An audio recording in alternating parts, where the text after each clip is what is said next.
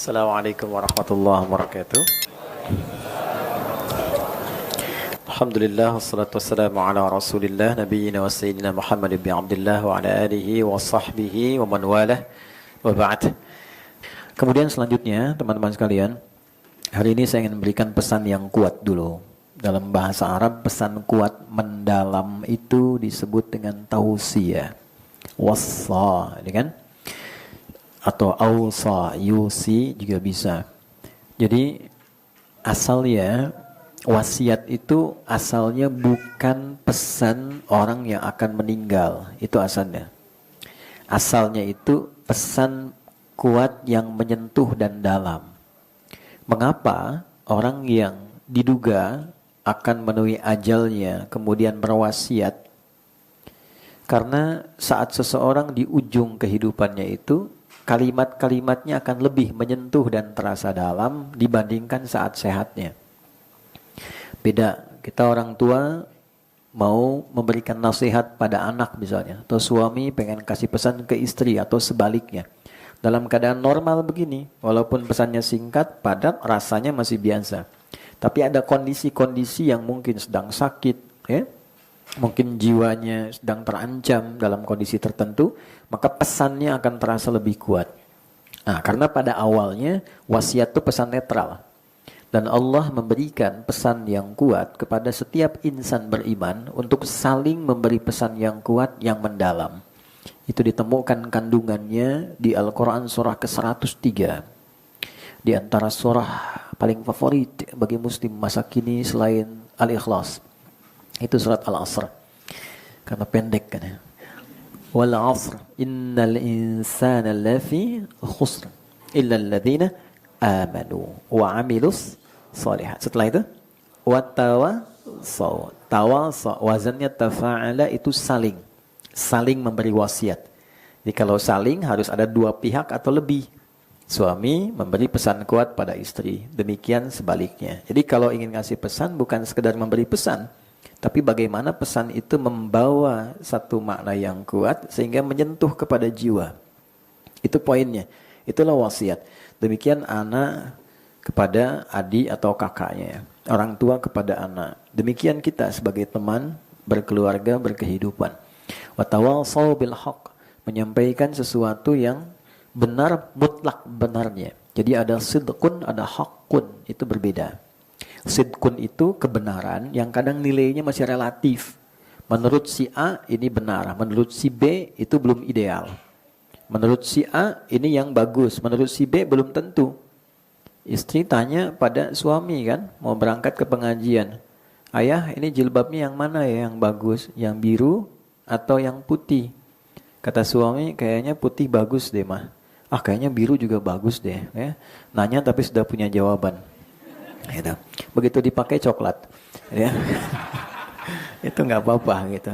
Itu nggak apa-apa. Nah itu namanya kebenaran relatif. Kadang menggunakan sidqun, ma yahtamilu sidqa wal kadzib di balaghah begitu.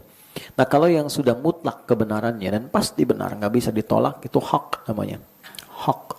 Makanya seluruh kebenaran yang melekat pada Allah itu selalu disebut dengan hak. Al-Baqarah misalnya ayat 147.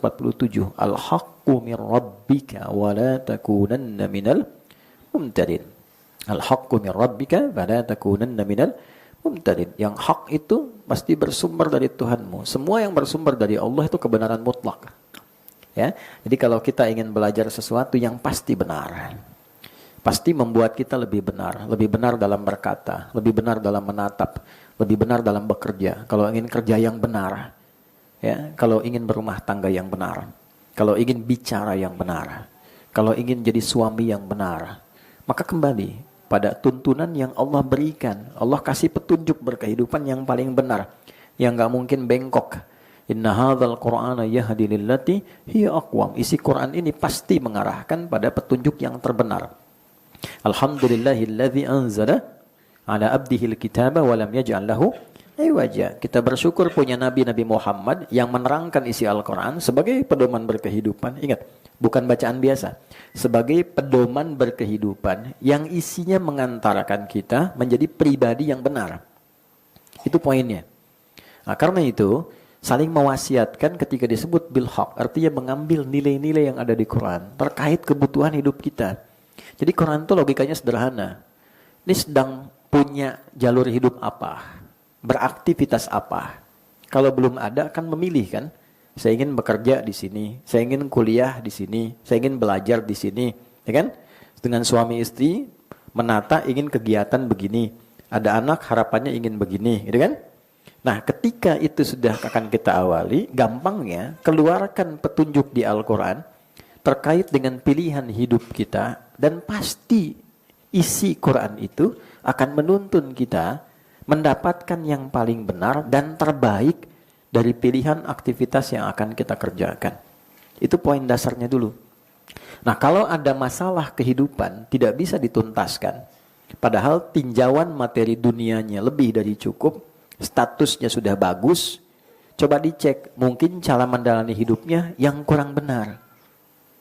Nah, saya melihat kekinian kita mengamati, dan tugas para kiai, ulama, minimal ustadz-ustadz kan mendampingi berbagai macam problem sosial kehidupan yang ada di masyarakat, sehingga bisa menampilkan panduan yang benar ini untuk dikembalikan lagi supaya jadi lebih baik. Nah, saya perhatikan ada persoalan yang saat ini nampaknya menjadi tren dalam kehidupan rumah tangga.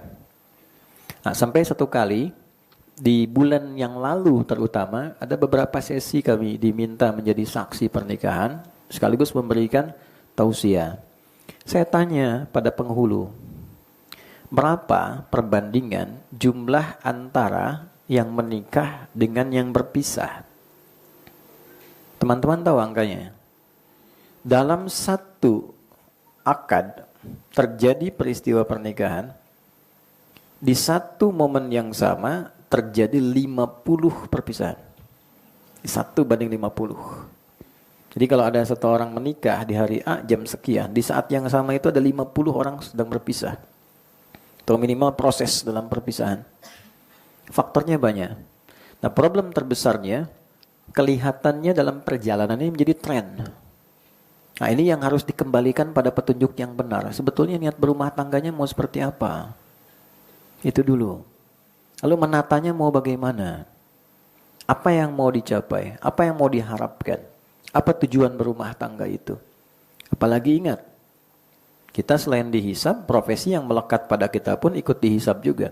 Sebagai hamba kita dihisab dengan status standar. Sholat enggak? Ya kan? Ketuhanannya bagaimana? Itu standar loh. Ketika kita mengatakan saya bertuhan Allah kan butuh pembuktian. Pembuktiannya apa? Maka turun Quran surat Toha itu, surah 20 ayat 14. Innani anallahu la ilaha illa ana. Itu baru syahadat. Sungguh aku tetapkan, aku tegaskan, akulah satu-satunya Tuhan yang layak dipertuhankan dan disembah. Kalau engkau memutuskan untuk menuhankanku dan menyembahku, fa'budni, maka buktikan kebertuhananmu dengan menyembahku. Bagaimana caranya? Wa aqimis sholata li dzikri, maka tunaikan salat sebagai pembuktian engkau bertuhan. Jadi salat itu bukan hanya ibadah, salat itu konfirmasi bahwa kita bertuhan. Makanya Nabi pernah komen, kalau Nabi komen tuh kita langsung like and subscribe aja, paling gampang ya. Ya, al-farqu bainal mu'min wal kafir tarku salat. Ciri beda antara orang beriman dengan yang belum punya iman itu lihat salatnya. Jadi walaupun mengklaim bahwa saya beriman misalnya, tapi tidak menunaikan sholat. Nah, itu keberimanannya belum bisa dibuktikan, belum bisa dikonfirmasi. Ya, konfirmasi kita bertuhan itu kan bentuknya ibadah. Teman kita yang non-Islam bertuhan kan, pada yang lain. Buktinya apa? Pada ibadahnya kan. Jadi kalau ada orang beragama tidak beribadah, maka cacat konsep keberagamaannya. Kalau ingin lihat beragama yang benar, tinggal dilihat strukturnya, logikanya, kebenarannya, nanti dicek. Karena itu kita bangga karena Islam itu keren. Di mana kerennya Islam? Karena selalu men-challenge, selalu menantang untuk membuktikan kebenarannya. Kita punya Tuhan Allah, terus nguji. Kalau Anda nggak percaya Tuhan, uji aja dengan semua sifat ketuhanan ditemukan nggak pada Allah. Tuh, semua diturunkan ayatnya. Kita punya kitab Al-Quran, nantang juga. Kalau Anda ragu ini bukan firman Allah, silahkan cek analisis sampai ditemukan. Ya, sampai punya bukti bahwa ini bukan firman Tuhan. Satu-satunya kitab di muka bumi yang men-challenge siapapun untuk membuktikan keautentisitasannya. Al-Quran. Nah, balik lagi, teman-teman sekalian. Nah, selain yang dasar-dasar, yang melekat pada kita pun akan dihisab. Ini teman-teman public figure nih. Ya, saya mencintai, menyayangi Anda semua ya, sebagai teman yang menyertai, membimbing dan sebagainya. Tapi saya, Anda, kita itu punya hisab tambahan. Karena apapun yang kita kerjakan, followersnya ikut berdasarkan perilaku kita, maka kita dapat bagiannya. Ya, ingat hati-hati. Walaupun wala taziru wazratu wizra ukhra, seseorang tidak akan menanggung beban yang lain. Betul, dosanya dia punya dia, dosa kita punya kita. Tapi kalau kita melakukan tindakan dosa di publik, ya, dan dipublikasikan, orang melihat itu sebagai tren dan diikuti, maka dapat bagiannya. Ya, man sanna fil islami sunnatan hasanatan, siapa yang berupaya menampilkan dan melestarikan kebaikan yang diinisiasi kembali. Ada padam diinisiasi lagi. Orang jarang tahajud, dia inisiasi supaya tahajud. Itu begitu dia tahajud, diikuti orang, dia dapat pahala tahajud dari semua orang yang mengerjakan itu. Gitu. Tapi sebaliknya, man sanna fil islami sunnatan sayyi'atan, siapa yang menginisiasi satu keburukan, ditampilkan, diupload dan diupdate. Terus lihat, jadi tren diikuti, maka dia menanggung juga bagian keburukan yang dihasilkan dari contoh buruk yang ditampilkan. Makanya saya seringkali kasih masukan, teman-teman kalau followersnya banyak itu sehari misalnya satu upload tentang satu hadis, satu ayat. Kan wallahu alam dari 1 juta satu orang dapat hidayah kan lumayan. Dapat kebaikan dari situ. Atau pesan-pesan kebaikan yang bisa ditampilkan. Nah karena itu kita akan coba perkuat kembali tentang nilai-nilai dalam kerumah tanggaan supaya ini menjadi kuat dari apa yang kita alami saat ini. Tidak dalam konteks mengomentari satu atau menghukumi dua, tapi menguatkan nilai kehidupan yang kita bawa. Minimal belum menikah sebagai anak supaya ke orang tua makin baik, baik hidup ataupun telah wafat. Kan mungkin ada yang belum menikah ya, yang hadir di sini. Mudah-mudahan kiamat kurang 2 hari dah bisa menikah. Masih ada waktu sehari. Nah ya, yang kita alami apa, kita kuatkan. Jadi nanti yang ingin menata lagi, basicnya sudah ada. Jadi pelajari dari awal dulu. Makanya dulu saat mau menikah di Melayu itu terkenal sekali. Nanti datang bawa pantun ke calon mertuanya. Setelah pantunnya diterima, dijawab sama calon mertua. Nanti yang perempuan dipinggit dulu, diajari sama ibunya selama 40 hari. Bagaimana menjadi istri, hukum-hukumnya seperti apa, bagaimana mungkin yang dialami akan apa. Yang laki-laki mematangkan diri, menguatkan, ya sampai nanti punya kesiapan setelah 40 hari. Nanti ditandai yang dilamar itu setelah diterima ditandai pakai daun pacar. Ada tandanya. Kalau di Arab pakai hina itu kan. Nah, ini pakai daun pacar. Masa itu disebut pacaran. Karena ditandai pakai daun pacar. Asalnya begitu. Jadi bukan pas naik beca berdua, seakan beca punya berdua, tukang beca nggak ada gitu ya. Itu kan konteks lain. Tapi awalnya ke situ. Nah kita dalam hal yang singkat ini kita akan diskusi, nanti perannya bisa sebagai anak, bisa macam-macam dan sebagainya. Karena nanti basic ibadah itu implementasinya ke kehidupan. Misal gini, sholat selain membuktikan kita bertuhan, apa manfaat kehidupan duniawi kitanya? Ada nggak manfaatnya buat kehidupan duniawi kita? Ada. Kalau pahala kan urusan akhirat. Kita confirm bahwa kita bertuhan, kita sholat, ikhlas ada pahalanya, dampak sholat pada kehidupan dunia kita apa? Itu ayatnya ada. Turun Quran 29, ya surah 29 Al-Ankabut ayat 45. Utlu ma uhya ilaika minal kitab wa aqimis shalah innas salata tanha 'anil fahsya wal munkar. Kalau sholat itu benar ditunaikan, maka itu membangun sifat protektif, ada proteksi dalam diri kita dari perbuatan menyimpang. Jadi semua potensi menyimpang itu akan dicegah. Karena saat sholat itu diaktifasi semua filter dari mulai ujung kepala sampai ujung kaki. Tuh. Jadi kalau itu aktif, otomatis semua sumber keburukan itu akan ditolak. Tangan nggak mungkin berbuat buruk karena sudah aktif ke tangan ngalir dari ujung kepala sampai kaki. Nah sumber keburukan itu cuma 2. Kalau bukan fahsya, yang bersumber dari syahwat. Maaf ya, kata-kata kotor, zina, kata-kata jorok. Maaf sekali, homoseksual misalnya, LGBT, ya, pornografi, porno aksi, itu masuk kategori fahsya. Jadi tidak mungkin orang sholat berbuat fahsya, itu mustahil. Kecuali ada yang tidak tepat dalam menunaikan sholatnya. Mungkar, segala penyimpangan yang diingkari hati. Mencuri, merampok, maaf, membunuh, ya, berselisih, tidak jelas, berkelahi, macam-macam itu mungkar. Jadi orang sholat itu pasti bertransformasi menjadi pribadi baik. Itu rahasianya. Kenapa anak-anak kita semua dari sejak dulu diajarin oleh Nabi sebelum yang lain-lain sholatnya dulu. 7 tahun sholat, 10 tahun bikin satu perbuatan, contoh membuat dia mengerti pentingnya sholat. Kasih pelajaran. Kalau orang Arab dulu mukul halus gitu. Kita nggak terbiasa. Caranya bagaimana? Doroba itu tidak harus memukul. Doroba itu ngasih contoh sampai mengerti. Uang jajannya kurangin, tahan dulu, ya, sampai ngerti bahwa sholat itu penting. Kenapa? Saat tumbuh nanti diharapkan jadi orang baik, apapun profesi kehidupannya.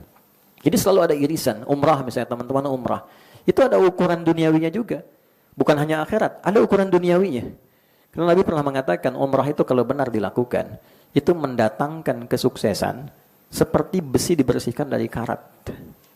Nanti ada maknanya, ada turunannya.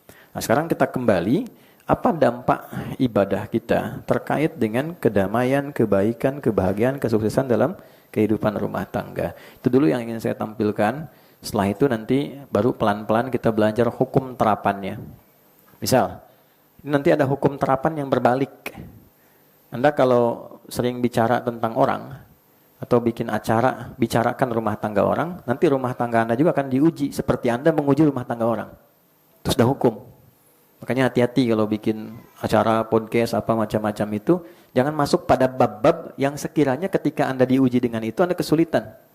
Jadi ya, itu harus paham hukum itu. Karena pengetahuan itu ketika didiskusikan, akan dibalik untuk diuji. Untuk menguji, kita konsisten enggak dengan apa yang kita ucapkan itu.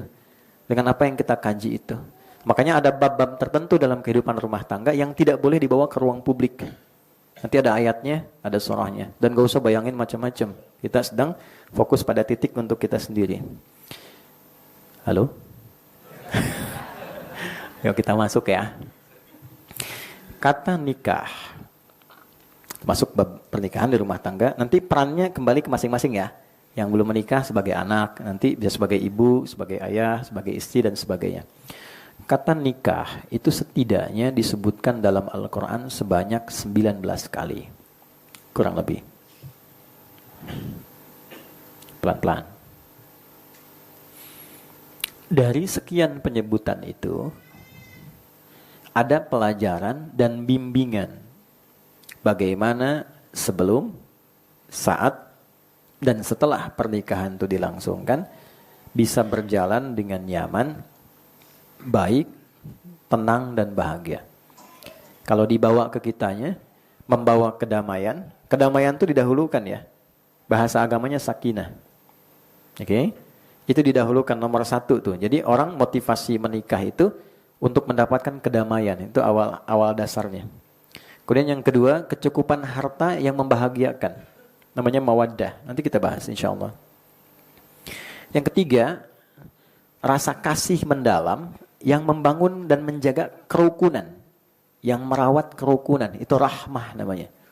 Sering kita satukan sakinah, mawaddah dan rahmah. Itu di Quran surah ke-30 di ayat ke-21. Wa min ayatihi an khalaqalakum min anfusikum azwaja litaskunu ilaiha. Sakinah dulu. Wa ja'ala bainakum mawaddah. Coba teman-teman jeli. Mawaddah itu datang setelah sakinah. Padahal tidak jarang orang berumah tangga itu pengen punya rumah yang besar kan? Gak apa-apa, normal. Mobil yang bagus gitu kan? Harta yang baik gitu, normal. Tapi kenapa justru ketenangan, kebahagiaan, kedamaian didahulukan? Sebab berlimpahnya materi dalam rumah tangga tanpa diiringi ketenangan di dalamnya pasti melahirkan kehidupan rumah tangga yang hampa. Ya. Saya sering bercanda dengan mengatakan begini, teman-teman yang perempuan pilih ya, kaya tapi gelisah atau miskin tapi tenang. Tidak ada pilihan ketiga. 2 aja. Nah, mudah kan? Ya, jadi pada dasarnya itu jeli. Logika Quran itu jeli sekali. Sampai kedamaian didahulukan dulu. Karena seringkali bahkan orang kaya pun kaya, tapi ketika ketenangan tidak ada, bermasalah rumah tangganya. Ya kan? Nah, maka diurut oleh Al-Quran. Yang pertama, izin saya berdiri.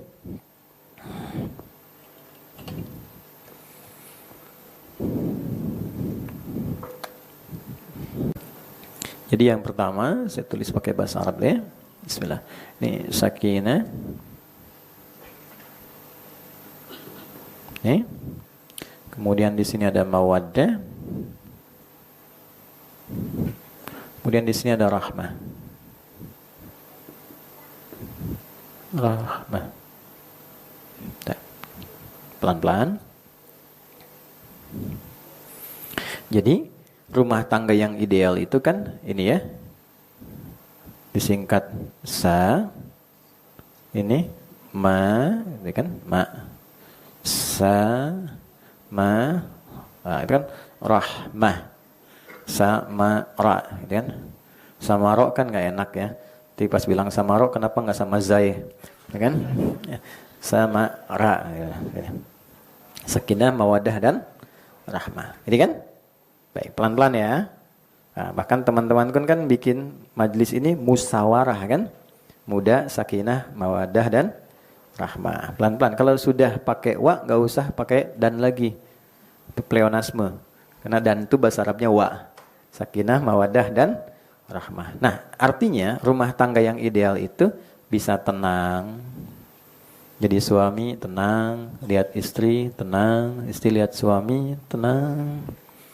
Ya, Nabi pulang punya persoalan yang rumit, darun dari gua Hira, lihat malaikat Jibril pertama kali gelisah, nyampe di rumah ketuk salam keluar, lihat istri Sayyidah Khadijah, dilihat tenang, setengah gelisahnya hilang.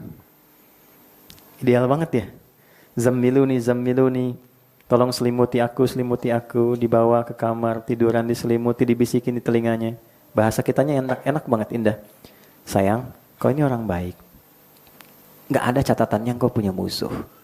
Kau selalu pelindung orang lemah, penyayang anak yatim. Yakinkan pada hatimu yang paling dalam, aku akan selalu bersamamu dalam suka dan duka. Tenang. Enak kan? Untung pulang ke rumah, lagi banyak masalah, buka pintu, lihat istri, tambah masalah. Nah, itu artinya belum sakinah, belum kan? Caranya bagaimana? Atau sebaliknya kan? Istri lihat suami akhir bulan nggak tenang, kan? Ini juga. Nah, ini mawaddah. Ini terkait dengan harta. Dari kata maddah, materi duniawi, umumnya cinta yang didasarkan pada materi. Nanti materinya turun tuh. Bagaimana merawat cinta dengan anugerah fisik, pemberian materi. Karena itu kenapa saat akad nikah ada mahar, itu kan tanda cinta. Itu simbol. Nah, tidak harus berhenti saat akad saja. Nanti begitu misalnya saat berjalan rumah tangga bisa makan bareng, kadang-kadang olahraga bareng, Nabi balap lari dengan Sayyidah Aisyah. Dan di bab ini 75% tuh nggak ada keseriusan, canda rata-rata. Saya sering beri masukan kalau daurah keluarga, kenapa banyaknya serius gitu. Padahal rata-rata banyak candanya, 70%. Ketika masuk di bab ini nih, di mawaddah ini. Dan luar biasa, nanti kita akan temukan karakteristiknya masing-masing. Sampai ditemukan kenapa Nabi dianugerahi oleh Allah diizinkan menikah lebih daripada 4 istri. Dalam catatan kan ada yang sampai 11 itu kan. Ternyata kesimpulannya apa? Bukan bab poligaminya, bukan.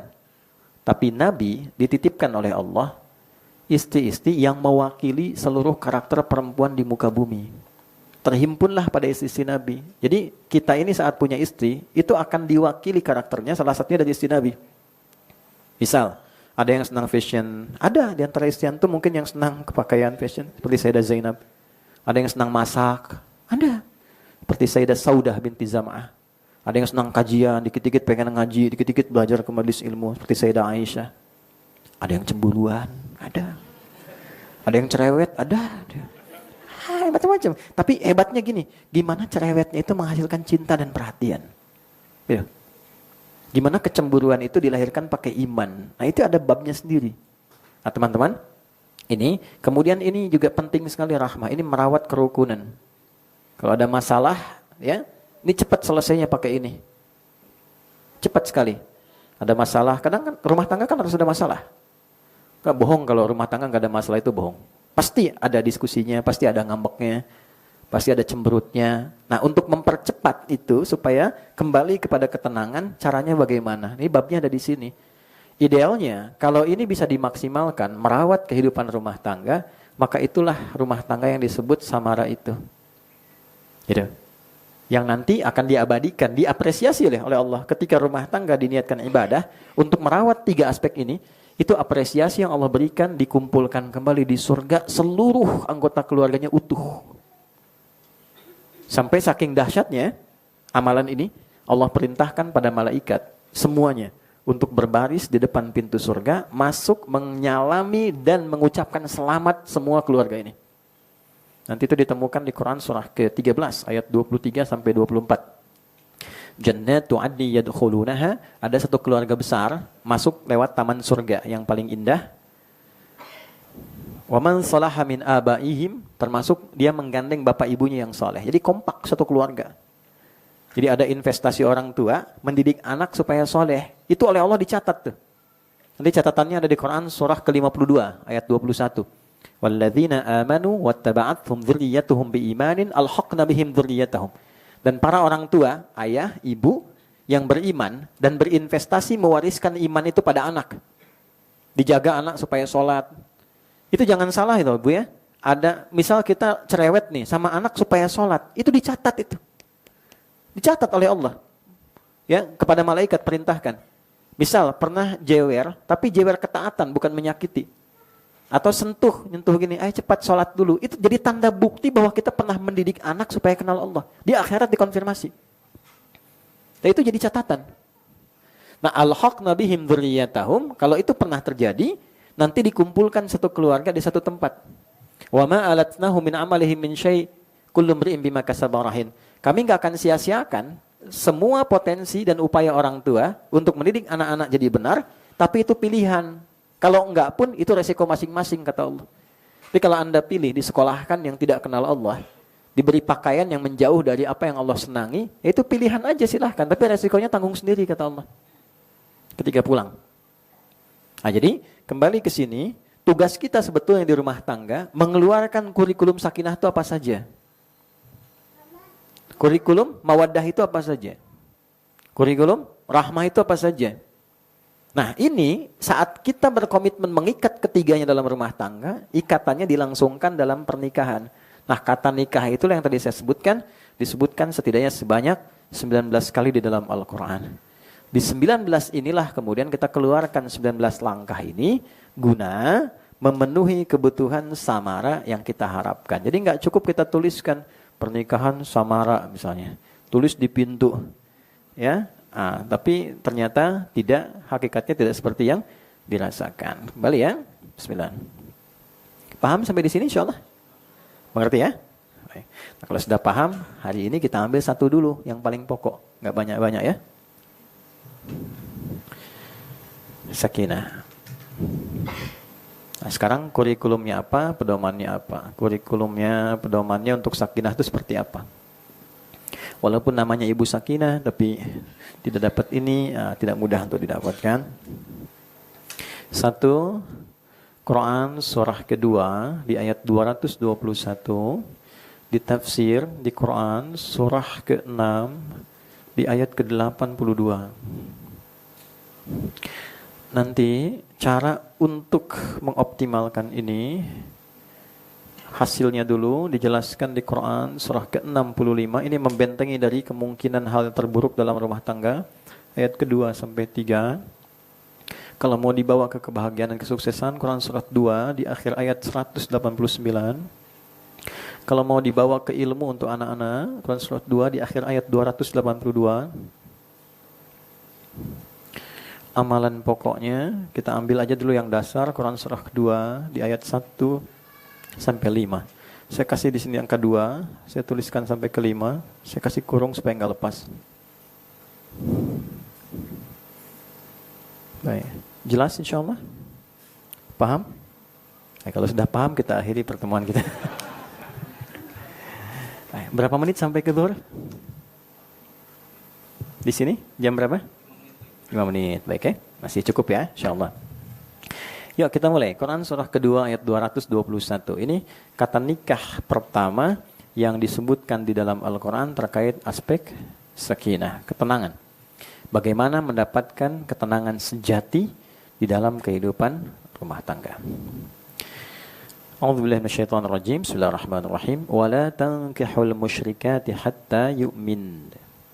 Wala amatun mu'minatun khairum min musyrikatin walau a'jabatkum. Ada? Wala tunkihul musyrikina hatta yu'minu. Wala 'abdun mu'minun khairum min musyrikin walau a'jabakum. Ulaika yad'una ilan nar. Ada ayatnya? Wallahu yad'u ilal jannati wal maghfirah. Pelan-pelan. Al-ayah, fokus sampai di sini dulu. Wala tankihul musyrikati, dan janganlah kalian menikahi para penyekutu Tuhan hatta yu'minna, kecuali sampai ia pun memutuskan mau beriman. Tolong di-highlight pada kata iman. Ini dia poinnya.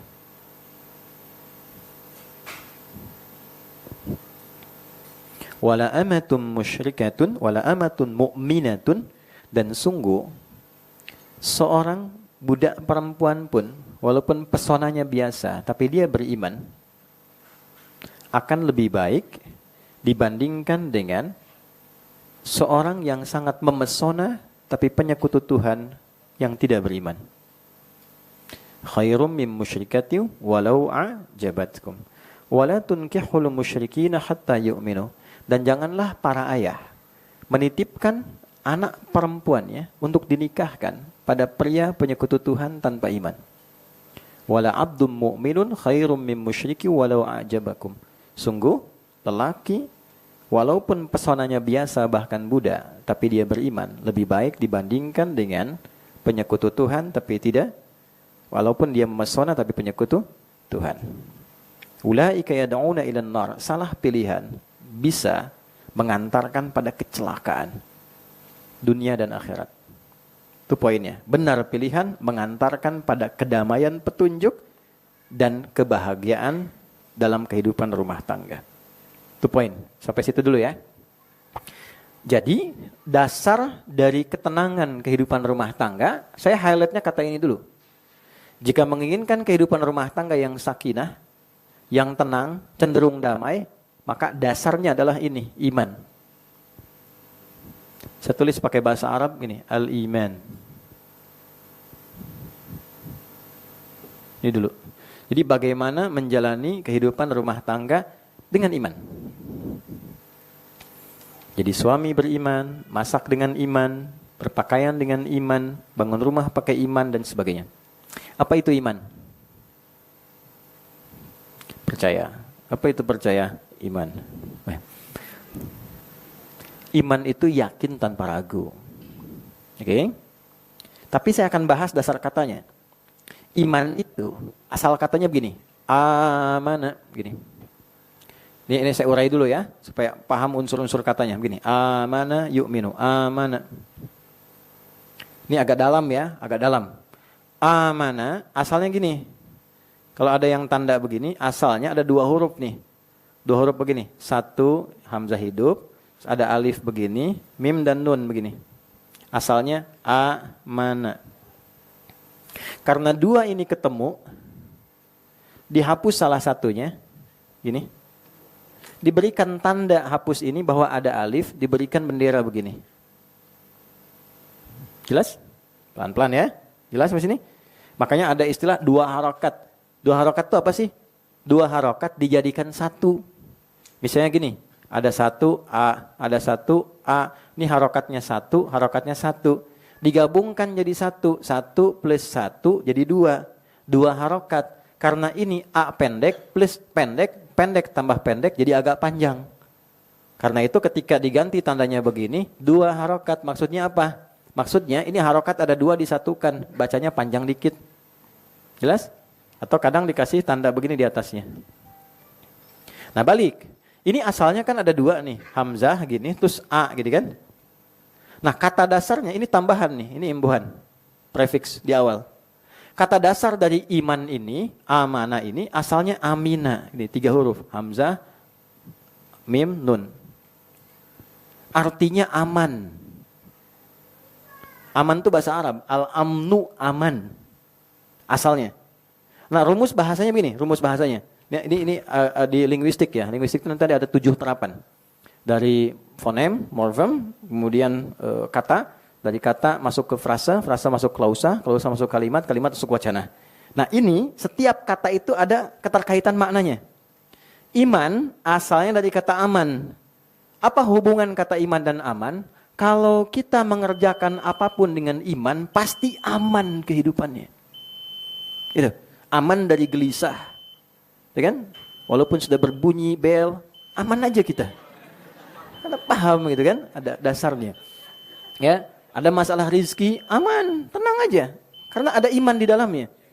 Ya, ada masalah yang pelik, aman.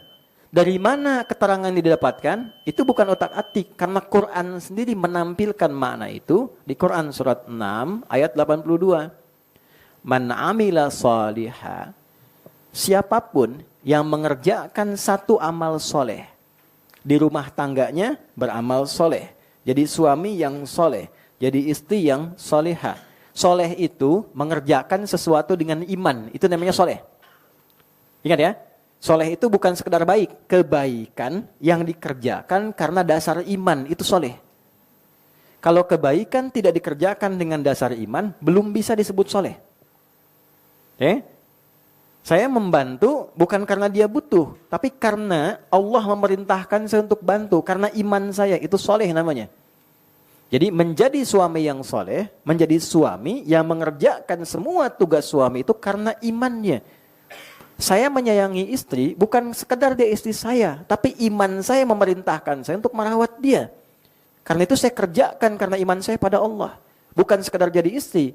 Kalau Allah nggak perintahkan bersikap begitu, saya tidak begitu. Itu soleh namanya. Demikian soleha dengan makna yang sama. Demikian anak soleh. Itu poinnya. Man amila soleha, siapapun yang mengerjakan satu perbuatan soleh, rumah tangga yang soleh, wahwa min dzakarin au untha, baik itu laki-laki, suaminya soleh, untha, istrinya soleh, anaknya soleh, anak perempuannya soleha, wahwa mu'minun, dan dia mengerjakan itu dengan dasar imannya, falanuhyiyannahu hayatan thayyibah, maka aku akan cepat jamin hidupnya, aku akan hadirkan kehidupan yang nyaman dan tentram, hayatan thayyibah. Semua yang diperlukan dicukupkan. Semua yang sulit dimudahkan. Belum bertemu kesulitan dimudahkan. Bukan tidak menghadapi masalah. Tapi setiap akan menghadapi persoalan, diringankan dulu masalahnya sehingga seakan-akan gak punya masalah. Jangan dikira kehidupan Nabi tak ada masalah. Ada.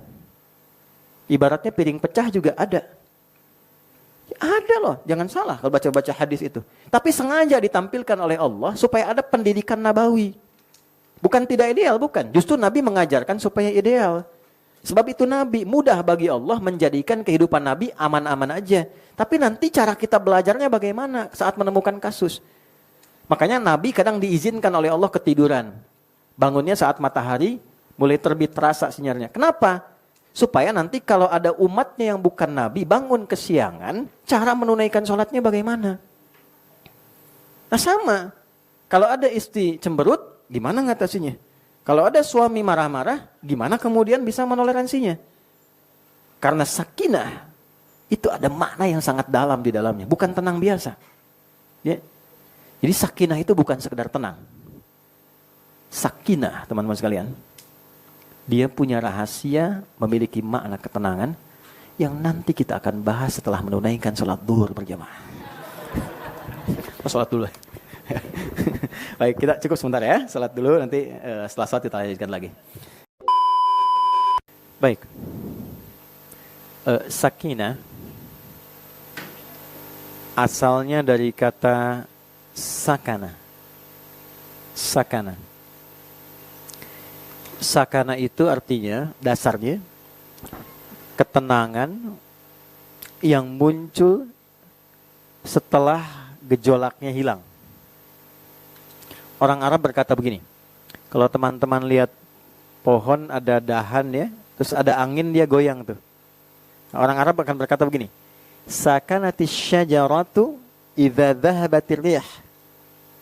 Pohon itu dahannya akan tenang kalau angin yang menerpanya sudah hilang. Sakanatis safinatu idza dhahabatil amwaj. Kapal itu akan tenang kalau ombak yang menerpanya itu sudah hilang. Jadi sakinah itu ketenangan yang tidak berdiri sendiri. Ketenangan yang diakibatkan berhentinya gelombang. Itu sakinah. Kehidupan rumah tangga itu sering diilustrasikan, diibaratkan seperti kapal yang berlayar. Nah, saya tanya sebentar. Kalau kapal itu tidak disertai dengan ombak, sampai nggak ke tepian? Tidak kan? Baik ya? Tidak. Jadi ombak itu menerjang kapal untuk membuat kapalnya bergoyang atau untuk menyampaikan kapal cepat ke tujuan? Menyampaikan cepat ke tujuan. Kalau ada ombak menerpa kapal, kapal itu biasanya diuji supaya lebih kuat atau memang dengan ombak itu niatnya untuk dihancurkan begitu saja? Tidak kan? Justru semakin ada ombak, semakin kuat. Semakin ada ombak, semakin kuat. Nah, setelah ombaknya itu dari yang besar menjadi lebih kuat, jadi lebih tenang, ombak-ombak kecil jadi biasa lagi. Di sakinah itu asalnya kembali ketenangan ketika gelombangnya sudah hilang. Ketenangan ketika terpaannya sudah mereda. Jadi kenapa ketenangan di rumah tangga ditampilkan dengan kata sakinah, ingin menunjukkan bahwa ketenangan ini tidak tiba-tiba muncul, bukan. Bukan dengan berumah tangga itu tiba-tiba jadi tenang, tidak begitu. Ingin memberikan kesan bahwa untuk mencapai dalam kehidupan rumah tangga yang tenang itu pasti akan ada pergolakan, akan ada gelombang-gelombang, akan ada ombak yang menguji ketahanan di antara kehidupan atau anggota di keluarga dimaksud. Oke, pelan-pelan. Nanti babnya kemana? Misalnya nanti bisa orang tua dengan anak, suami dengan istri dan sebagainya. Tapi nanti babnya lengkap sekali. Sambil contoh begini. Pelan-pelan ya. Ini logikanya. Ini ada tenang. Tenang itu lawannya apa? Gelisah kan? Galau. Gabut. Galau. Gelisah, apalagi tuh istilahnya. Galau itu karena ada apa? Masalah kan, turun kan lagi persamanya karena ada masalah. Oke. Nah ini gelombangnya nih, ini ujiannya. Mungkin nggak tenang kalau nggak ada galau? Mungkin nggak tenang kalau nggak ada gelisah?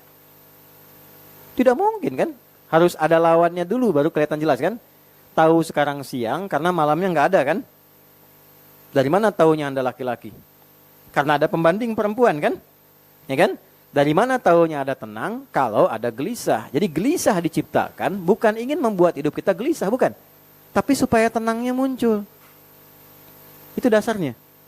Dari mana taunya bisa gelisah? Kalau ada masalah. Maka saat Allah kirimkan masalah dalam rumah tangga, sebetulnya bukan ingin menjadikan kehidupan rumah tangga kita itu bermasalah, bukan. Dasarnya supaya tenangnya muncul. Sebab kalau tidak ada masalah, tidak ada alat uji yang menghadirkan ketenangan. Semu jadinya.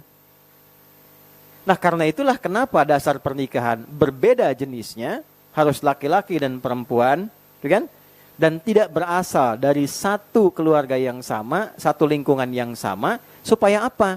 Supaya semua kondisi itu cepat mengantarkan pada ketenangan yang diharapkan. Itulah sakinah. Karena nggak mungkin tiba-tiba menyatu dari keluarga yang tidak sama, pikiran yang tidak sama, hobi yang mungkin tidak sama, tempat tinggal tidak sama, tiba-tiba pengen harus sama. Itu mustahil. Menyamakannya harus bagaimana? Akan ada dialog. Mungkin dialognya jadi tidak biasa. Yang satu bisa meninggi, yang satu ikut tinggi. Itu kan? Yang satu bisa A, yang satu bisa B. Nah semua itu tercipta ketika dihadirkan oleh Allah, sejatinya bukan ingin membuat kehidupan ini bermasalah, tapi supaya tenangnya muncul.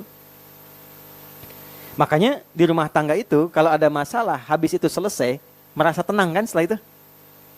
Terus ketenangannya beda dengan sebelumnya kan? Itulah sakinah. Itulah apa? Sakinah. Ini poinnya dulu nih. Dan ini nanti hebatnya, saya terangkan dasarnya dulu. Hebatnya, kalau kita lolos di hari pertama, sekarang Sabtu misalnya. ada persoalan, kita selesaikan, nanti muncul tuh sakinah, ditambah kekuatannya. Nanti kekuatan sakinah yang didapatkan di hari Sabtu, ini bisa digunakan untuk menyelesaikan masalah di hari Ahad. Hari Ahad nanti ada masalah lagi. Semakin kita dapat masalah, semakin dapat terpaan, semakin kuat sakinahnya, sehingga ke depan ada masalah apapun, kita sudah terbiasa mengatasinya. Jelas? Satu dulu. Nah, sekarang persoalannya, apakah setiap menemukan masalah di rumah tangga mudah mengatasinya? Nah, teorinya begini, tapi prakteknya kan belum tentu. Ustadz juga sama. Makanya saya sering bercanda mengatakan, dalam bab rumah tangga ini, jarang ada ustadz ceramah bawa istrinya. Yang direkam kan aman, yang penting tidak live kan? Oke, pelan-pelan ya. Pelan-pelan. Nah, sekarang nyambung lagi, tanya lagi sama Allah, kan ada kurikulumnya. Bagaimana cara meramu sakinah itu supaya mudah tampil yang digunakan mengatasi masalah-masalah kehidupan rumah tangga, sehingga jangankan saat dihadapi, sebelum menghadapi itu dijadikan ringan oleh Allah. Bagaimana caranya? Maka muncul ayat berikutnya, surat berikutnya. Caranya apa? Hadapi dan isi rumah tangga dengan iman, maka hidupmu akan cenderung merasa aman. Masalahmu akan cenderung merasa tenang untuk dihadapi. Pertanyaan berikutnya, ya Allah, bagaimana supaya saya bisa mendapatkan tenang ini, aman ini? Maka dijawab di Al-Quran, tingkatkan imanmu. Pakai iman dalam rumah tanggamu. Nah, cara menggunakan iman dalam rumah tangga, prakteknya disebut takwa namanya. Apa namanya? Nah, nanti iman disebutkan sebanyak 811 kali dalam Al-Quran. Praktek caranya disebut takwa. Takwa disebutkan sebanyak 240 kali dalam Al-Quran. Dibagi 3 bagian. Salah satu bagiannya terkait dengan bab rumah tangga. Dari 240 ini ada bentuk pengelolaan nafsu. Nanti nafsu lawannya takwa.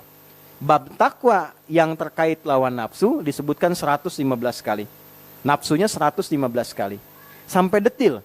Yang mendorong takwa aktif malaikat disebutkan 88 kali. Yang memprovokasi nafsu supaya unggul itu setan. Setan disebutkan 88 kali. Ya, jadi manusia itu baru bangun sudah terbagi pikirannya. Antara tahajud dengan nonton bola gitu kan. Nah, dan seterusnya. Oke, lanjut ke sini ya. Jadi, yuk kita lihat urutannya di sini. Sakinah. Untuk mendapatkan sakinah ini harus mengatasi masalah. Masalah ini pasti ada. Mengatasi masalah ini pakai iman. Menggunakan iman ini skemanya menggunakan takwa. Yuk kita lihat manfaat takwa sebelum nanti masuk ke detail takwanya. Manfaatnya bagaimana takwa dibawa ke kehidupan rumah tangga. Pindah ke Quran surah 65 yang saya tulis di atas ayat 2 sampai 3. Di ujung ayat 2-nya, di awal ayat 3-nya. Perhatikan baik-baik. Wa may yattaqillaha, dan siapapun khususnya di rumah tangga yang mampu meningkatkan takwanya pada Allah. Kenapa saya sebutkan bab rumah tangga? Karena ayat ini ada di surat 65. Surat 65 itu surat tolak namanya. Masalah terbesar dalam rumah tangga. Di persoalan terbesar pun kalau kita jalani dengan takwa, itu insya Allah terjaga. Semua dibentuk oleh Allah mengarah kepada sifat sakinah. Kecuali kalau pasangan yang satu mau takwa, yang satu tidak mau. Gak ketemu. Tapi kalau dua-duanya mau ketemu dalam titik baik itu, berubah nanti. Itu yang dimaksud Quran surah keempat ayat 35. Iyurida islaha yuwafiqillahu bainahuma. Kalau suami istri satu keluarga berubah pengen jadi lebih baik dari sebelumnya, pengen lebih soleh, nanti Allah turunkan pedomannya, Allah turunkan kasihnya, dibimbing langsung tiba-tiba jadi baik. Ya. Baik ya. Turunkan dulu pelan-pelan. Wa may yattaqillaha, wa man, dan siapapun. Jadi kalau ada man, cara memahaminya dan merasakannya, tarik kata itu untuk personal kita. Makanya namanya ismun mausulun yadullu 'alal fardiyatil 'ammiyah. Kata sambung, konjungsi, menunjuk objek, sifatnya personal, tapi maknanya general. Personal itu apa? Tarik seakan-akan ayat itu untuk kita. Makanya saya terjemahkan siapapun. saya agak kurang sepakat yang di mushaf terjemah itu barang siapa. Itu suka saya hindari. Ya, karena sampai sekarang jam 12:13 waktu Bintaro, saya belum menemukan tuh barang punya siapa. Maka saya terjemahkan siapapun. Waman, tarik ya. Adi, gitu. Terus bawa ke statusnya. Kamu sebagai suami, sebagai ayah, sebagai anak untuk ibumu, untuk ayahmu. Yattaqillah, kalau kamu konsisten mampu berusaha semaksimal meningkatkan takwa. Semampu kita aja. Naikin takwanya. Perhatikan persamaannya. Yaj'al lahu makhraja. Allah akan siapkan solusi dari setiap persoalan hidup yang dia alami. Allah siapkan solusi. Dan itu nggak pakai alif lam, makhraja. Artinya setiap menemukan masalah, Allah sudah kirimkan solusi. Gitu. Jadi bukan hidup yang nggak ada masalah. Masalahnya mungkin banyak. Tapi ketika akan dihadapi, Allah sudah kecilkan masalahnya seakan-akan nggak ada masalah. Senyum gitu ya. Kadang-kadang masalah kecil tuh bisa naik. Tapi ini enggak, yang besar jadi kecil jadi hilang. Oh jangan dikira jadi ustadz nggak ada masalah, tidak. Kadang masalah jamaah, masalah ustadz juga gitu. Ya, itu poin 1 tuh. Kemudian apa? Biasanya kan yang klasik masuk bab rizki kan? Bab rizki, bab materi ya dan sebagainya. Teruskan ayatnya. Wa yarzuqhu min haitsu la yahtasib. Bahkan urusan rizki pun didatangkan pada sisi yang tidak diduga. Hebatnya begini. Diberi contoh kasus perempuan nih, teman-teman yang perempuan. Jadi di Quran ditampilkan satu kasus perempuan yang bukan nabi, bukan rasul. Supaya nanti keluarga di masa depan bisa meniru, ada contoh yang bukan nabi, bukan rasul. Dan tidak ngeles, pantas itu nabi, pantas itu rasul, tidak. Ditampilkan satu keluarga langsung yang merawat keluarganya utuh, suami istri janjian kompak pada anak sampai ke cucu nanti. Walaupun ayah nggak lihat anaknya karena meninggal lebih duluan dan nggak lihat cucunya. Tapi satu keluarga ini dipuji oleh Al-Quran, dijadikan nama surat. Ya, keluarga sampai ke anak, sampai ke cucu disebut al namanya. Apa namanya? Al. Kalau ahlun itu anggota keluarganya. Saya punya anak pertama namanya Muhammad Hamilul Quran. Ahli bait saya, anggota keluarga saya. Ahli bait Nabi, anggota keluarga Nabi. Ya, kalau alun artinya keluarga dengan keturunannya sampai ujung. Ayah, ibu, ya, terus ada anak, ada cucu dan seterusnya. Di surah Ali Imran, Imran kan bukan nabi, bukan rasul. Menikah dengan Hannah yang bukan nabi, bukan rasul. Kemudian melahirkan siapa Hannah? Maryam. Saat dalam kandungan sebelum lahir, Imran meninggal. Tapi dua-duanya kompak. Bagaimana anak ini tumbuh, diniatkan khusus untuk menjadi pribadi yang bertakwa kepada Allah. Khusus diniatkan untuk takwa. Nanti kita akan temukan kaidah di Al-Quran, jika orang tua menginvestasikan anaknya untuk mendekat kepada Allah dengan ketakwaan, itu aktifanya, hasil investasi ini akan berdampak pula pada orang tuanya. Baik orang tuanya meninggal ataupun hidup. Ya, misal Anda nyiapkan anak jadi ahli Quran nih, menghafal sampai jadi itu bukan hanya baik untuk anaknya, orang tuanya bisa ikut.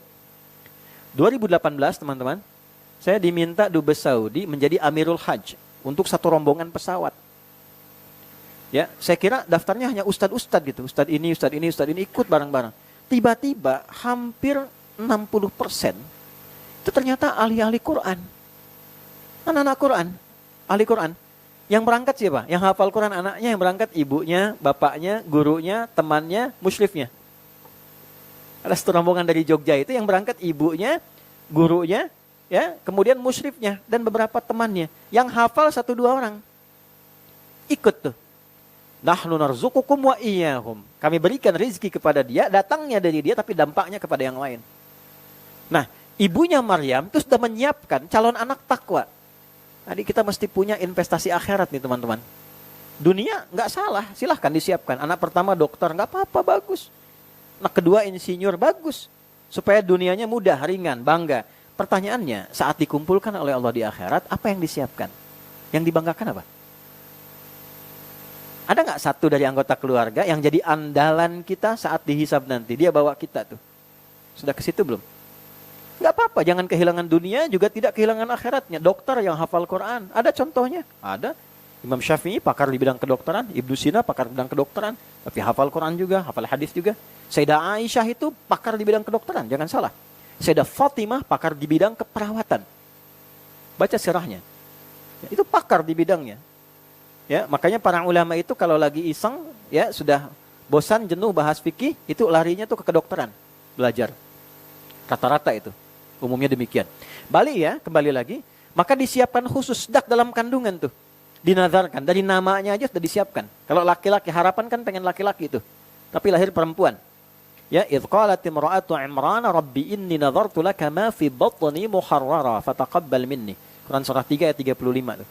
Ya, Quran surah Ali Imran ayat 35. Ketika istrinya Imran langsung bernazar, ya Allah, untuk anak yang ini aku khususkan jadi pribadi anak yang bertakwa kepadamu saja.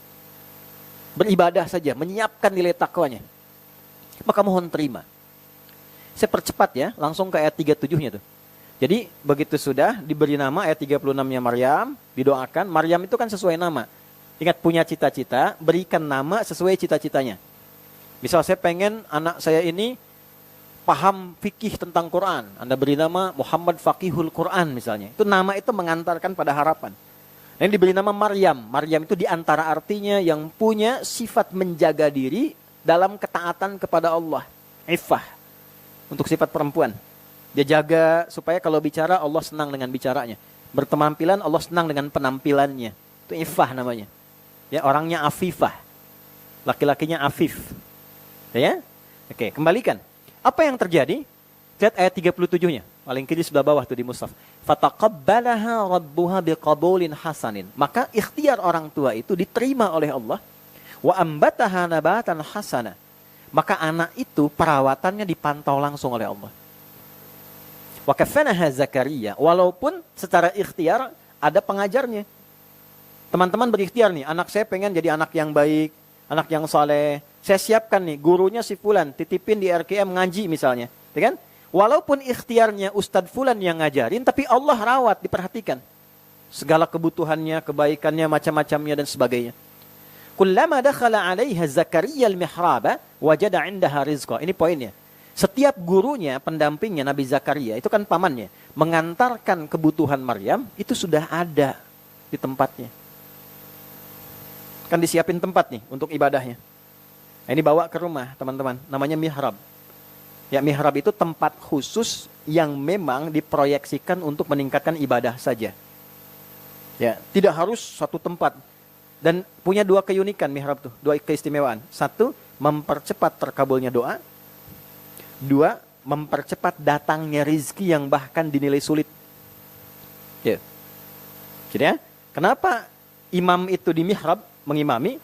Karena imam itu pemimpin sholat, pemimpin doa, diharapkan doanya cepat dijawab. Karena itu ada kualifikasinya, nggak semua bisa jadi imam. Ada fikihnya. Anda boleh jadi mudir di kantor, pimpinan, tapi belum tentu jadi imam di masjid. Ya, ada kualifikasinya. Dulu saya waktu pimpin pesantren di Jakarta, bagus. Ada ex dari para pimpinan di kantor itu, pengen jadi imam. Dan luar biasa, semangatnya tinggi sampai ngotot pengen jadi imam. Tapi bacaan belum baik. Datang, tiba-tiba Santi menyoal gitu, Bapak bacaannya belum pas. Justru saya jadi imam supaya dibetulkan bacaannya. Dilaporkan kasusnya kan pada kami, alhamdulillah saya ketemu kan. Gimana Pak? Saya pengen jadi imam Pak Ustadz supaya diperbaiki. Bagus Pak. Nggak ada yang seperti Bapak ini. Selesai dari kantor jadi pimpinan di masjid. Luar biasa. Saya dukung, saya bilang. Supaya performa Bapak bagus, sebelum Bapak tampil jadi imam, dilatih dulu sama Santi, didengar dulu. Supaya bacaannya pas. Setuju Pak? Oh bagus Ustadz. Tapi nanti sambil nunggu, sambil dilatih tetap Bapak jadi imam. Zuhur dan asar khusus. Yang penting kan nggak turun status. Ya kan? Statusnya tetap imam kan? Status tetap imam. Gitu. Maka tidak ada ketersinggungan, tidak turun status, tetap imam. Nanti setelah lebih bagus baru naik maghrib. Selang maghrib, isya, subuh, itu yang imamin dari kami, Santi. Setelah bagus kita perkenankan. Pak, udah bagus bacaan. Udah yang ada aja lah. Tapi sekarang pada jadi imam. Bagus ya. Nah balik tuh. Jadi kenapa ada mihrab? Salah satu makna dalamnya bukan sekedar tempat imam. Tapi di situ ada kedalaman makna, doa akan cepat dijawab. Tarik ke rumah teman-teman. Buat anak, istri, suami. Untuk sholat di situ. Pakai untuk ibadah. Nanti saya masuk ke contoh-contoh berikutnya. Nah, Maryam disiapkan mihrab khusus untuk meningkatkan takwanya. Buat dia sholat, buat dia ngaji. ya, buat dia ibadah, buat dia berdoa, apa yang terjadi? Kullama dakhala 'alaiha Zakaria al-mihrab, ini poinnya. Setiap Nabi Zakaria mengantarkan kebutuhannya, wajada 'indaha rizqa, sudah ada. Mau bawa buah, sudah ada buah. Kalau musim anggur ada anggur, wajar. Bukan musim anggur, ada anggur. Dikonfirmasi oleh gurunya supaya ngecek. Nabi Zakaria tahu ini anugerah Allah, spesial karena takwanya meningkat. Min haitsu la yahtasib. Tapi untuk menguji, benar nggak pendidikan selama ini? Kenal Allah nggak? Ditanya, ya Maryamu anna laki hadza. Cek ayatnya. Maryam dari mana semua ini? Anak yang didekatkan kepada Allah sejak dini, maka tidak keluar dari lisannya kecuali kalimat Allah. Qalat huwa min indillah. Paman, ini semua dari Allah, anugerah Allah. Jadi kalau dari anak-anak cucu ini ya, anak-anak dilatih dari kecil kenal Allah, kenal Allah. Ini setiap situasi Allah yang keluar. Mau disuntik, ya Allah, ampuni dosaku. Ya Allah, gitu kan. Oh, ya kenal tayo, ya tayo yang disebut. Ya. Kenal macam-macam, robokar, ya robokar. Doraemon, ya Doraemon. Ya. Jadi itu yang keluar. Apa yang terjadi? Lihat baik-baik. Ini poinnya. Innallaha, catat ini ya. Innallaha yarzuqu man yasha bighairi hisab. Paman, yakinkan pada hati kita yang paling dalam, jangan pernah ragu, itu inna. Allah pasti ngasih rizki pada siapa yang dia kehendaki tanpa ada batasan. Oke? Allah pasti ngasih rizki pada siapa yang dia kehendaki tanpa ada. Nah, cara memahami ayat, bila ada kalimatnya siapa yang dikehendaki, maksudnya bukan memilih sipulan tertentu. Masuklah kita pada yang dikehendaki Allah itu. Caranya bagaimana? Masuk ke situ. Itu caranya. Ikutin. Bagaimana Maryam tuh? Keadaannya, ibadahnya, pendekatannya. Itulah sebabnya kenapa Nabi Zakaria langsung ikut sholat di mihrabnya Maryam pada saat itu. Dan minta pada Allah. Dijawab juga doanya secepat. Nanti di ayat 38 sampai 39-nya. Saya balik ke sini kembali teman-teman sekalian. Jadi takwa itu kalau benar dilakukan, siapapun yang pertama Allah berikan meringankan beban hidupnya. Ya. Lalu memudahkan datangnya rizki. Pindah Al-Baqarah ayat 189 di ujungnya aja, langsung ke ujung. Wattaqullaha la'allakum tuflihun. Tingkatkanlah takwamu kepada Allah, maka hidupmu cenderung sukses dan bahagia. Jadi ternyata ada persamaan takwa, sukses, bahagia. Ada sukses saja, namanya fauz. Derivasinya disebutkan 29 kali dalam Al-Quran. Ada fauzi, fauzan, faizah, ya, faizin, itu sukses. Ada yang namanya fauzia, faizah, fauzan, itu orang diharapkan sukses dalam hidupnya. Walaupun belum tentu bahagia. Itu umumnya, kata makna umumnya. Lawannya fariha. Fariha, bahagia. Walaupun belum tentu sukses, bahagia. Fariha, laki-lakinya Farhan. Perempuannya Farah. Ya, Farah Queen, ya, Muhammad Farah, ya, yang diharapkan bahagia dalam hidupnya. Walaupun belum tentu mengandung kesuksesan. Kalau digabungkan bahagia dan sukses, jadi falah namanya. Apa namanya? Falahun. Terus saya pengen genggam, gak pengen saya lepaskan. Saya genggam, ini jangan lepas. Tambahkan hamzah di depannya. Aflah. Aflaha. Orangnya muflih. Jamaknya muflihun. Apa jamaknya? Muflihun. Muflihun itu orang yang menggenggam kesuksesan dan kebahagiaan dalam hidupnya. Kalau kita berusaha mengejar itu, bentuk jadi kata kerja. Aflaha yuflihu. Kalau Allah minta pada kita, minta, perintahkan, berarti kita kan kata kerja kedua kan? Kamu, kalian kan? Maka jadi tuflihu, jamaknya tuflihun. Wattaqullaha, kata Allah, kamu tingkatkan takwamu sama aku ya. La'allakum tuflihun, supaya kalian lebih bahagia, lebih sukses. Jadi kalau Anda jadi champion dalam pekerjaan Anda, tapi tidak bahagia di rumah, cek, mungkin bukan kurang banyak hartanya. Bukan kurang tinggi statusnya. Kurang takwa teman-teman. Gitu ya. Kalau masalah nggak pernah tuntas dicek, mungkin karena takwanya.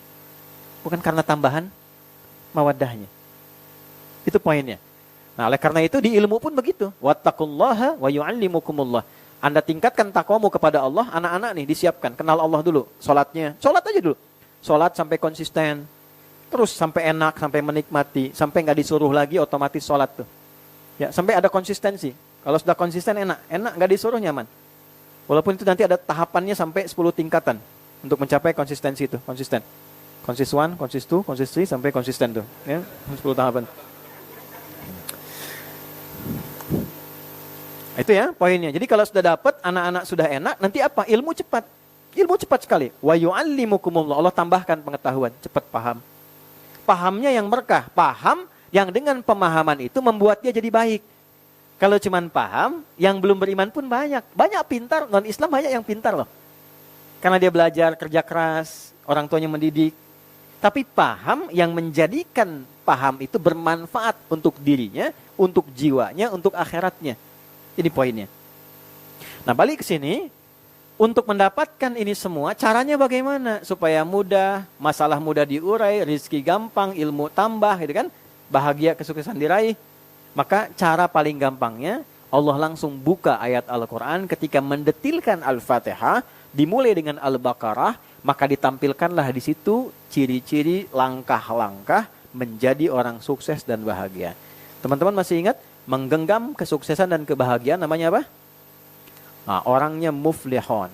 Maka di Al-Baqarah ayat 1-5 ada langkah-langkah menjadi muflihun. Kalau kita masuk ke ayat 5, Al-Baqarah ayat 5, ula ala hudam mir rabbihim wa ulaika humul. Mereka itu ada orang-orang yang hidupnya selalu dipandu Allah, dipandu Allah. Anda mau jalan dikawal tuh ya. Soalnya sama pengawalan tertentu. Mudah sampai kan? Terlindungi kan? Di pekerjaan dikawal, dipandu sama pimpinan, akses gampang. Ini ada orang hidup dipandu Allah. Masya Allah. Tuh, dimudahkan semua dipandu tuh. Nyaman. Wa ulaika humul muflihun. Hum di situ memastikan domirnya munfasil, terpisah dari kata, tapi kata ganti itu punya fungsi menguatkan hukum.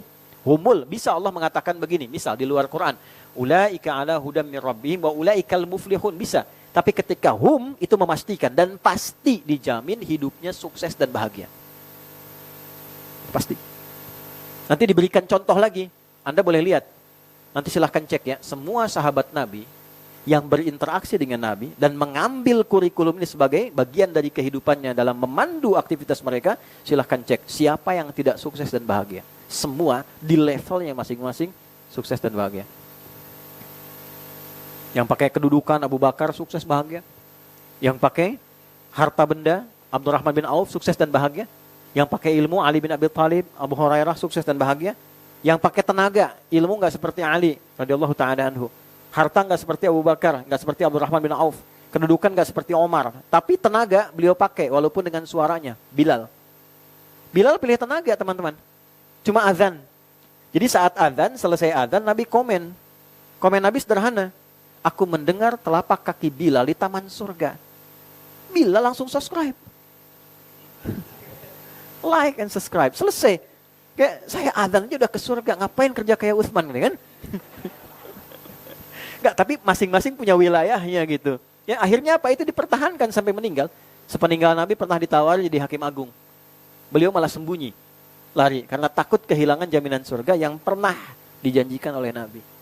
Tuh, jadi masing-masing kesuksesan itu bisa relatif sesuai dengan apa yang telah kita targetkan. Semua ada areanya sendiri. Tapi kesuksesan sejati itu ketika kita menjadi bagian dari yang disebutkan oleh Allah. Dunianya dapat, akhiratnya terbawa. Nah, untuk mendapatkan hal demikian, langkahnya ini, ayat 1-4. Saya kurungi di 2 sampai ke ayat 4-nya. Jadi yang satunya challenge-nya, Alif Lam Mim. Ini adalah Al-Quran yang disampaikan, disusun dari huruf-huruf yang biasa orang-orang dulu dibacakan. Kan? Ya. Kemudian, Dzalikal kitabu la raiba fi. Perhatikan kalimatnya. Dza, kitab ini, Al-Quran ini, li. Jauh kak dari apa yang Anda bayangkan. Jadi jangan membayangkan Quran hanya bacaan biasa. Oh, jauh dari itu. Ada kurikulum hidup. Ada kenikmatan. Ada pedoman di dalamnya. Ya. La raiba fi, tidak ada keraguan. Jangan pernah ragu mengamalkan isi Quran. Jadi kalau ada ragu sedikit gak akan dapat teman-teman. Gak boleh ragu. Kaidahnya begitu. La hajata la hujjata. Gak ada hujjah untuk menyoal Quran. Tidak ada keraguan di dalamnya. Nggak akan punya referensi menyoal Quran. Nah, teruskan. Hudal lil. Dapat kita di sini nih, takwa ini. Ini hanya akan jadi pedoman, jadi kurikulum untuk orang yang takwa. Jadi kalau kita tidak naikkan level pribadi kita, naik menjadi pribadi yang ingin takwa, tidak akan pernah isi Al-Quran bertransformasi menjadi hudan, kurikulum hidup. Hanya akan jadi bacaan saja. Makanya level Qurannya di awal aja, qiraah, baca. Pahalanya ada. Tapi pahala itu memberi manfaat akhirat, tapi isi Quran tidak memberi manfaat kehidupan dunianya. Baca aja, isinya nggak paham. Akan stuck di situ. Apakah salah? Untuk bacaan tidak. Dimulai dari yang rendah kan kita baca kan, dari huruf gitu kan, alif fata a aba abata kharaja dakhala afata a fa fata fa lam tu mau lu apa lu kan? Jawab lagi di sana gitu ya, di situ aja. Nah, idealnya bagaimana? Idealnya nanti dikeluarkan tuh, idealnya gini, keluarkan ayat-ayat Quran sesuai dengan aktivitas yang kita pilih dalam kehidupan. Teman-teman dagang, bisnis, pernah nggak mengeluarkan ayat-ayat bisnis dalam Quran? Jadi kurikulum, berdagang yang baik yang Quran itu begini. Silakan Anda cek, siapapun yang pernah menggunakan itu sebagai kurikulum hidup, tidak pernah ada yang balik modal. Selalu balik untung. Mau namanya Ari, mau namanya Asep, selalu untung. Nggak pernah rugi. Rumusnya ada, dan itu kurikulum. Karena itu Nabi meninggal, kurikulum dipakai oleh sahabat sukses. Sahabat meninggal pakai tabiin sukses. Semua orang yang pakai itu sukses. Kalau mau lebih tahu lagi lebih dalam, kehidupan Yahudi yang bahkan di Israel pun, itu mereka memahami kebenaran Quran, dipakai bank di sana, pakai sistem syariah. Gak pakai bunga. Dipakai. Cuma disembunyikan aja, disamarkan referensinya. Yang dibalik ya, ke sini ya teman-teman sekalian. Jadi kembalikan. Sekarang kalau mau jadi itu bagaimana? Pribadi takwa, buka langkahnya ayat 3. 1. Alladzina yu'minun. Nah, kopi di sini nih. Supaya dapat sakinah, harus naikkan iman. Naikkan iman. Beriman, amana tadi tuh. Amana, jamaknya pakai u di ujungnya. Amanu, banyak. Tapi kalau kita pengen naikkan, tambah lagi, maka tambahkan di awal kata dasar yang amanah itu, gini, amanah, 1 dari 4 huruf, supaya cepat, anita. Apa? Anita. A, hamzah, nun, ya, ta. Oke? Kata aktubu pakai a, saya akan menulis, saya akan konsisten menulis, saya akan terus menulis. Amana, oke, pelan-pelan. Kalau kita tambahkan untuk saya, uminu, saya konsisten menjaga iman. Kalau kita nu'minu, ya kan? Karena ini mereka, orang-orang takwa itu mereka, maka kata gantinya 1, 2 atau yang ketiga? Ketiga dong, 3 kan? Berarti pakai yu'minu. Karena banyak pakai un di ujungnya. Kalau ada un ujungnya banyak. Jelas? Ujungnya banyak. Misal saja. Mukmin 1. Kalau pengen banyak, mukminun. Muslim 1. Kalau pengen banyak, muslimun. Jelas ya? Baik. Kalau kita kembalikan ke sini, yu'minun. Yu'minun karena ada ya di depannya, ini menunjukkan bentuk progresif yang terus pengen naik imannya. Ya, kalau di bahasa Arab itu hal, istimrar, wal istiqbal. Kalau di bahasa Inggris bisa kita katakan present, continuous, and future. Ya. Jadi kalau kita berupaya menaikkan iman itu present sekarang, kita coba terus naikkan. Continuous, kita jaga itu terus konsistensinya. Future, sampai kapanpun kita terus naikkan. Nah, orang-orang yang cenderung menaikkan iman, suami naikkan imannya. Istri naikkan imannya. Jadi kalau pengen tenang di rumah tangga gampang, naikkan imannya, bikin program untuk menaikkan iman. Nah, caranya bagaimana? Basicnya amalannya berikut. 1, ini Quran tuh indah sekali sampai tuntas. Sampai selesai. 1, cara menaikkan iman itu wayuqimunas. Teman-teman lihat hurufnya ya, lihat kalimatnya ya. Lihat baik-baik nih. Ada begini, alif, lam, sod, lam, waw, kemudian alif tegak, ta. Ada yang sebelumnya begini, alif, lam, sod, lam, alif, ta. Ada yang begini, alif, lam, sod, lam, waw, alif, ta, maftuhah. Begini. 1, 2, 3. Lihat yang pertama yang ini. Alif, lam, sod, lam, alif, ta. Kelihatan ke belakang? Kurang-kurang saya besar ya. Oh, ada monitor ya. Alhamdulillah. Jazakallah khair, terima kasih. Tugas saya cukup menulis, ngapus sendiri. Alhamdulillah. Semoga Allah ampuni dosa kita semua ya. Alif, lam, sod, lam, ta. Salat. Sekali salat. Saya ulangi. Berapa?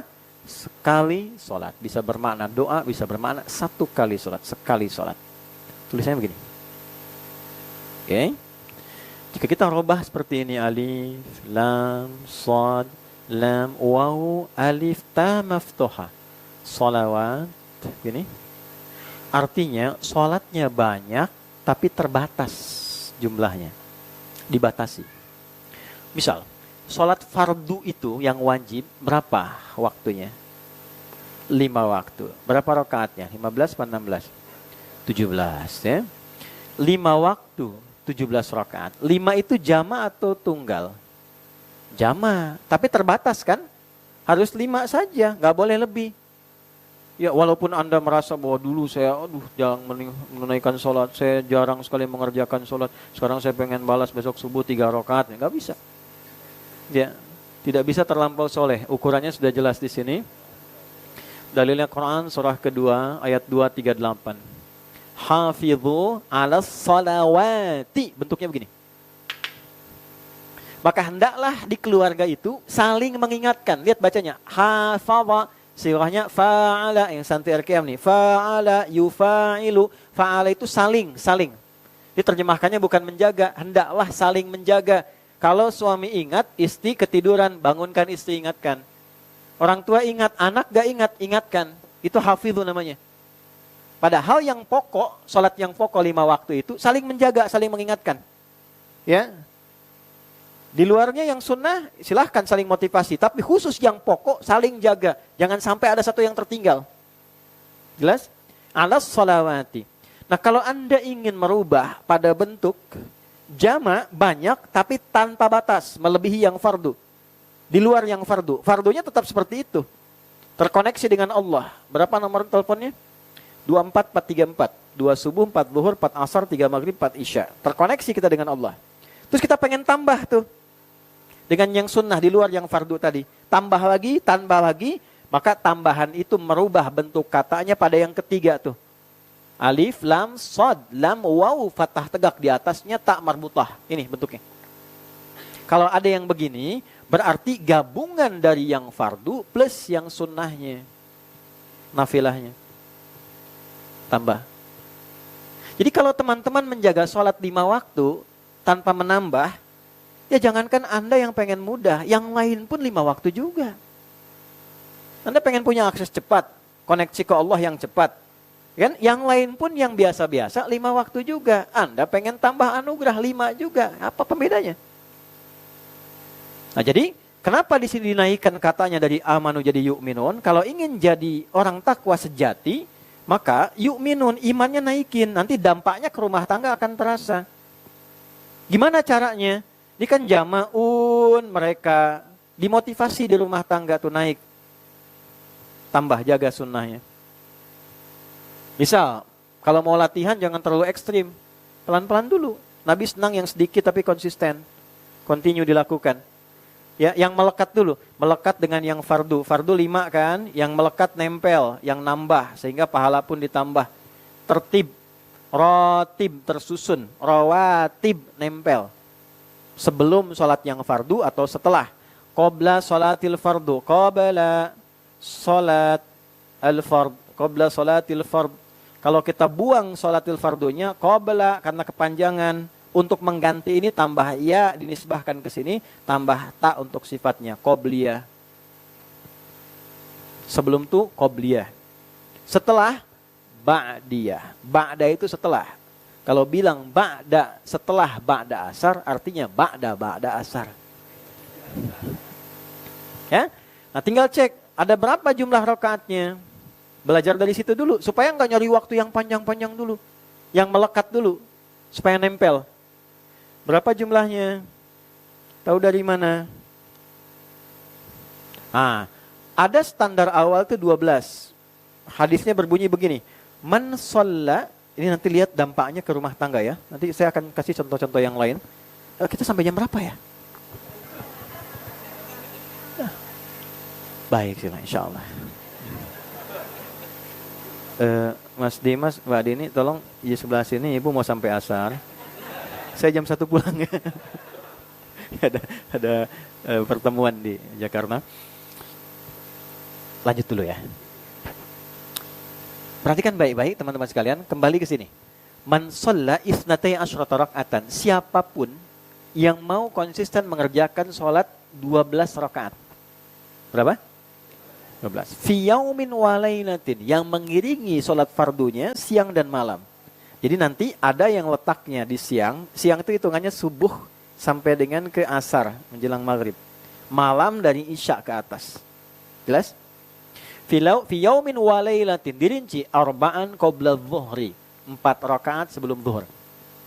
Oke, 4 rakaat sebelum zuhur. Teknisnya nanti bisa 4 sekaligus, bisa 2 rakaat salam, 2 rakaat salam.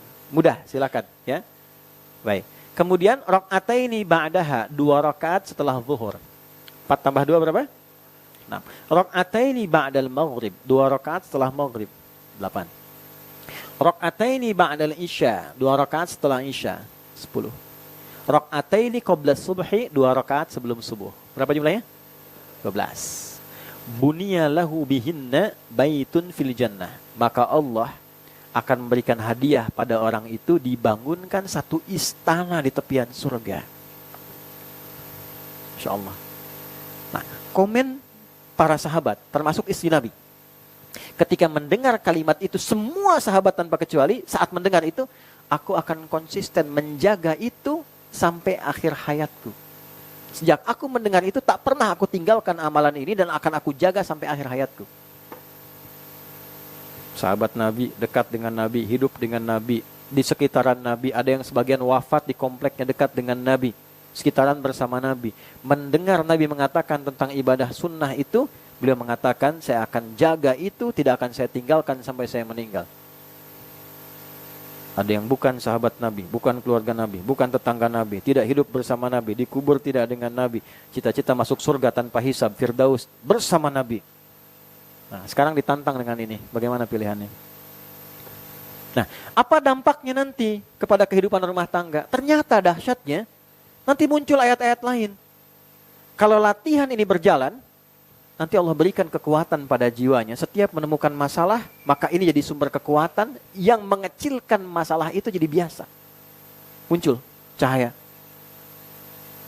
Dan kalaupun masalah itu berat, nanti ditumpahkannya lewat salatnya. Ada skema salat lagi. Nah, misal contohnya apa? Kalau yang nggak nempel langsung dengan sholat fardu itu mutlak namanya. Mutlak. Ya, pelan-pelan.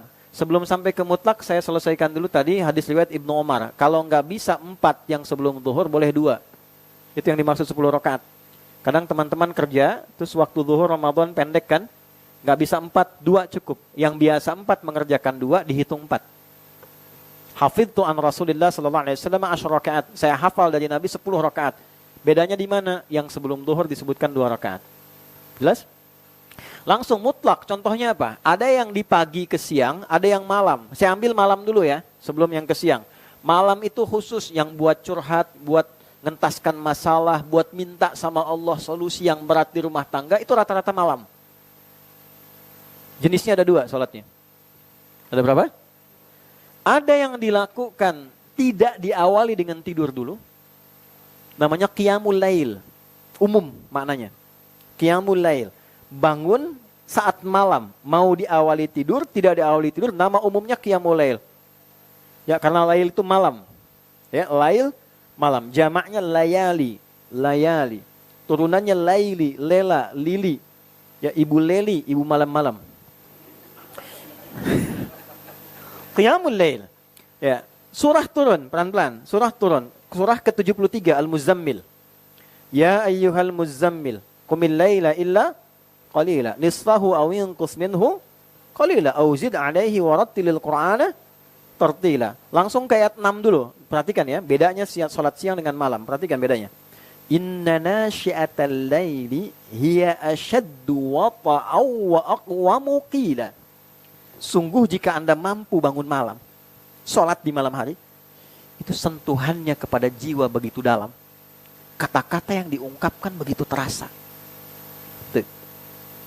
Apa prakteknya? Ternyata kalau kita riset di ayat-ayat Quran, kita akan temukan, jangankan seorang ibu, ayah pun ketika menemukan kesulitan di rumah tangga, curhatnya malam sholat.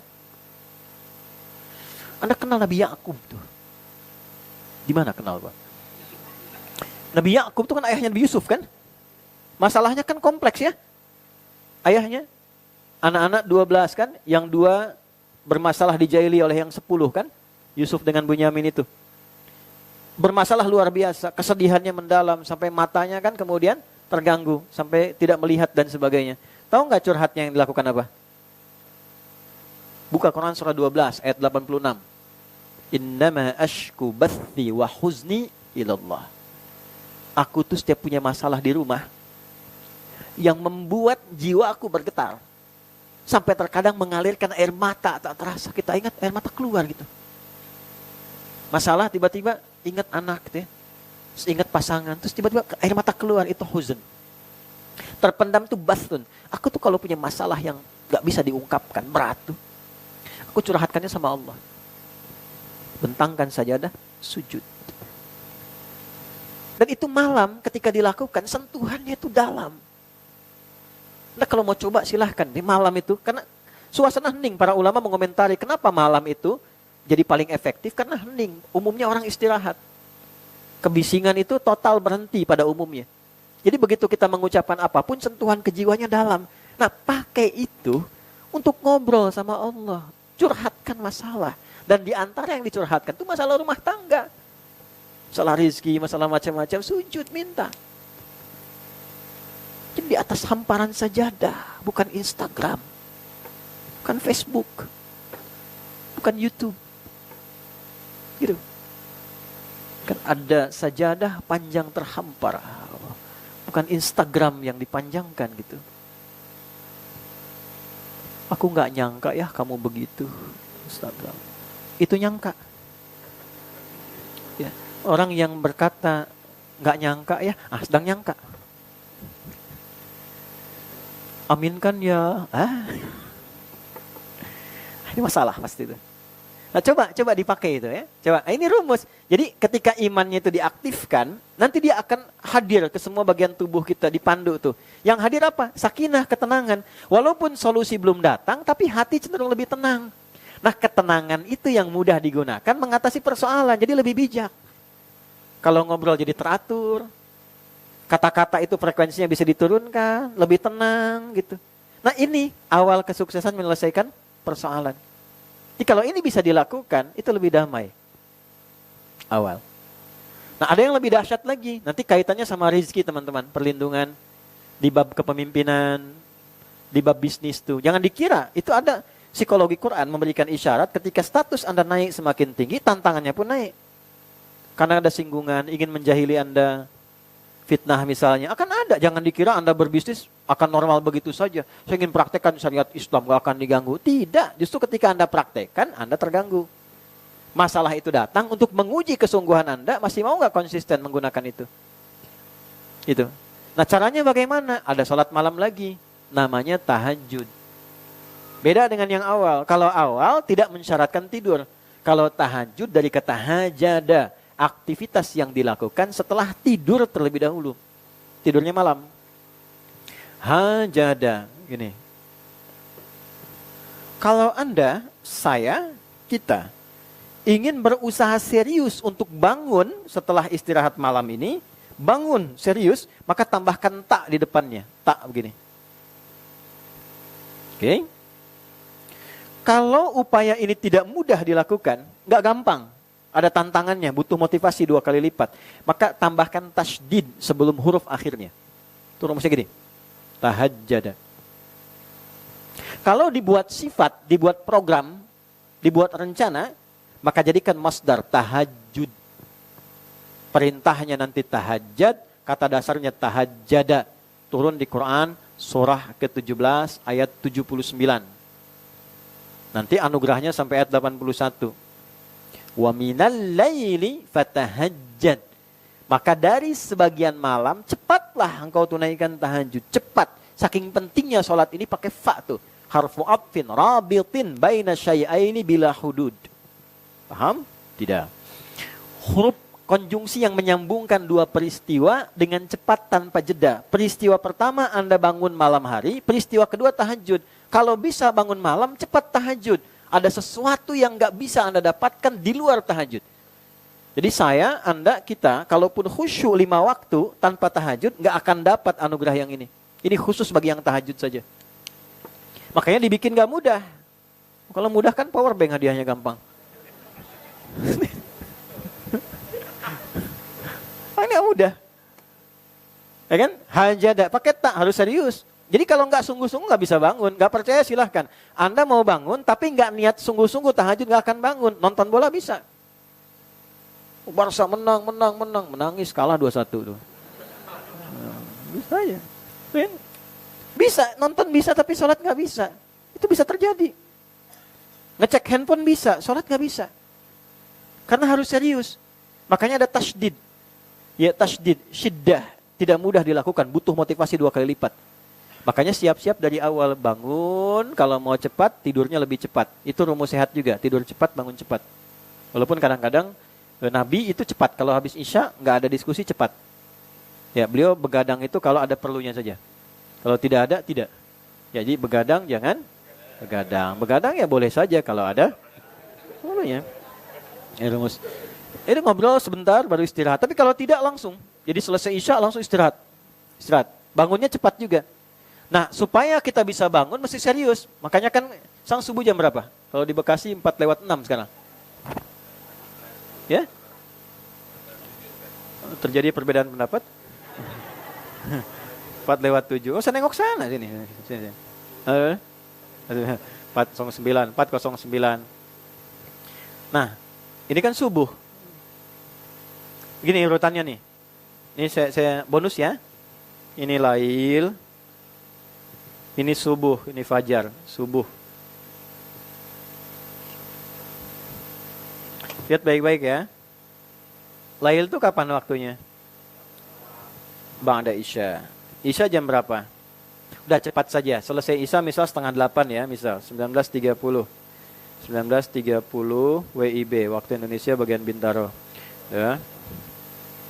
Ini sampai subuh. Subuhnya 4:09. Ya, pelan-pelan. Ini subuh 4:09 diambil 15 sampai 20 menit. 15 sampai 20 menit sebelum subuh. Jadi kita ambil misalnya, adalah kita genapkan saja. Jam 3 misalnya 50 lah. Ya. Nah ini 3.50 sampai 4:09 namanya sahar. Waktu singkat menjelang fajar. Sudah. Ini ada bocor halus dalam Quran. Ini ada amalan yang kalau amal ini dikerjakan, dosa-dosa sebesar apapun diampuni. Doa sebelum diminta langsung dikabulkan. Nanti saya akan kasih amalnya di pertemuan berikutnya ini. Nah, kita nggak di sini. Ini dulu ya. Kan kita lagi bahas ini bukan di sini. Nanti. Sabar. Waktunya kita singkat. Saya harus konsisten ini.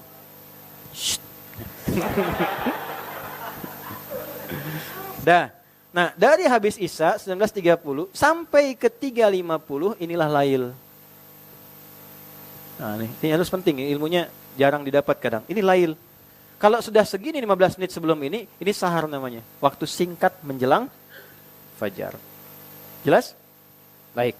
Nah, ini bahasa Qur'annya ketika tahajud mengatakan begini. Lihat rumusnya. Wa minal laili min litab'id.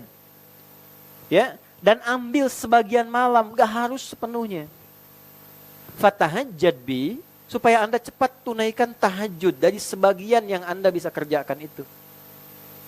Nggak harus sepenuhnya. Apa yang bisa kita dapatkan kalau itu bisa dikerjakan? Perhatikan kalimatnya. Asa ayyab'atsaka rabbuka maqaman mahmuda.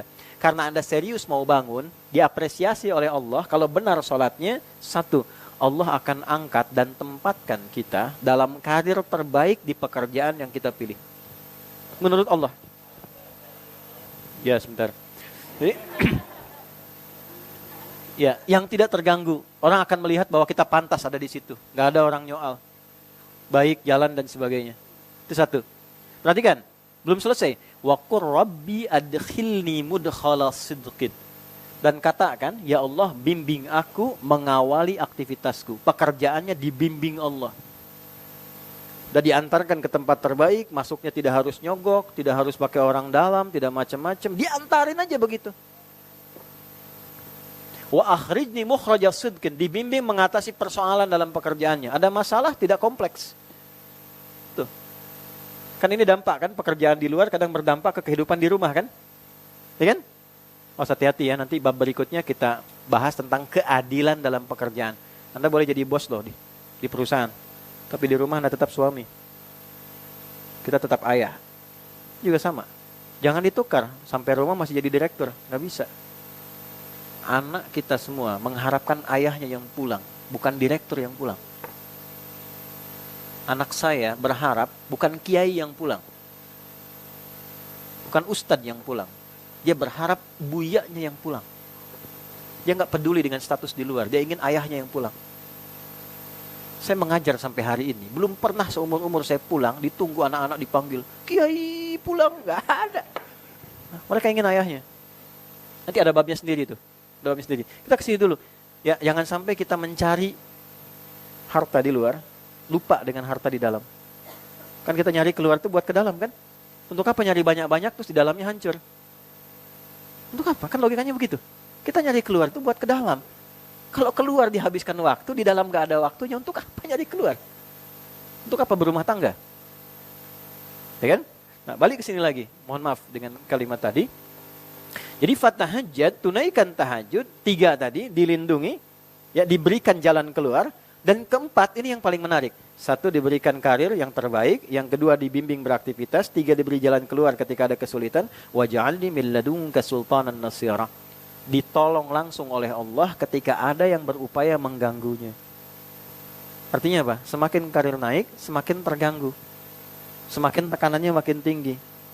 Tantangannya tidak mudah. Anda sekarang bisnis, mengawali nggak apa-apa. Nanti setelah Anda makin bagus, makin terasa. Dibuat nanti masalah 3. Ingat lontar jumroh ya. Ingat lontar jumroh. Bisa di lingkungan terdekat, diri kita sendiri, terlalu serakah, habis. Pakai lagi, invest sana sini, nggak jelas. Tidak ada polanya, habis. Karena orang dekat bisa, bukan karena orang jauh. Bisa dihianati asisten sendiri, bisa konsultan sendiri dan sebagainya, bisa terjadi. Dan yang terakhir, orang jauh. Yang mungkin tidak berkehendak usaha kita maju. Atau karir Anda naik, bisa terjadi. Nah, tahajud itu menjadi benteng terbaik kita untuk menjaga aktivitas hidup kita dalam naungan penjagaan Allah Subhanahu wa taala. Jadi ini kaitan dengan pekerjaan di luar. Yang di dalam tadi sudah ada pola sholatnya. Kalau jamaahnya dijaga, sholatnya dijaga, sampai ke rumah jaga aja sholat. Tidak ada yang paling indah. Nanti yang kedua Quran tuh. Antum siapa ya, apapun ya, pulang. Menemukan anak Anda yang usia kecil-kecil tuh, 3 tahun, 4 tahun. Terus lagi baca ad-duha, hilang semua capeknya teman-teman. Anda dapat proyek ya, 100 miliar gitu. Terus anak Anda telepon di ujung sana. Papa, aku sudah selesai hafalannya 30 juz. Itu nggak ada nilainya. Hilang. Demi Allah nggak ada nilainya.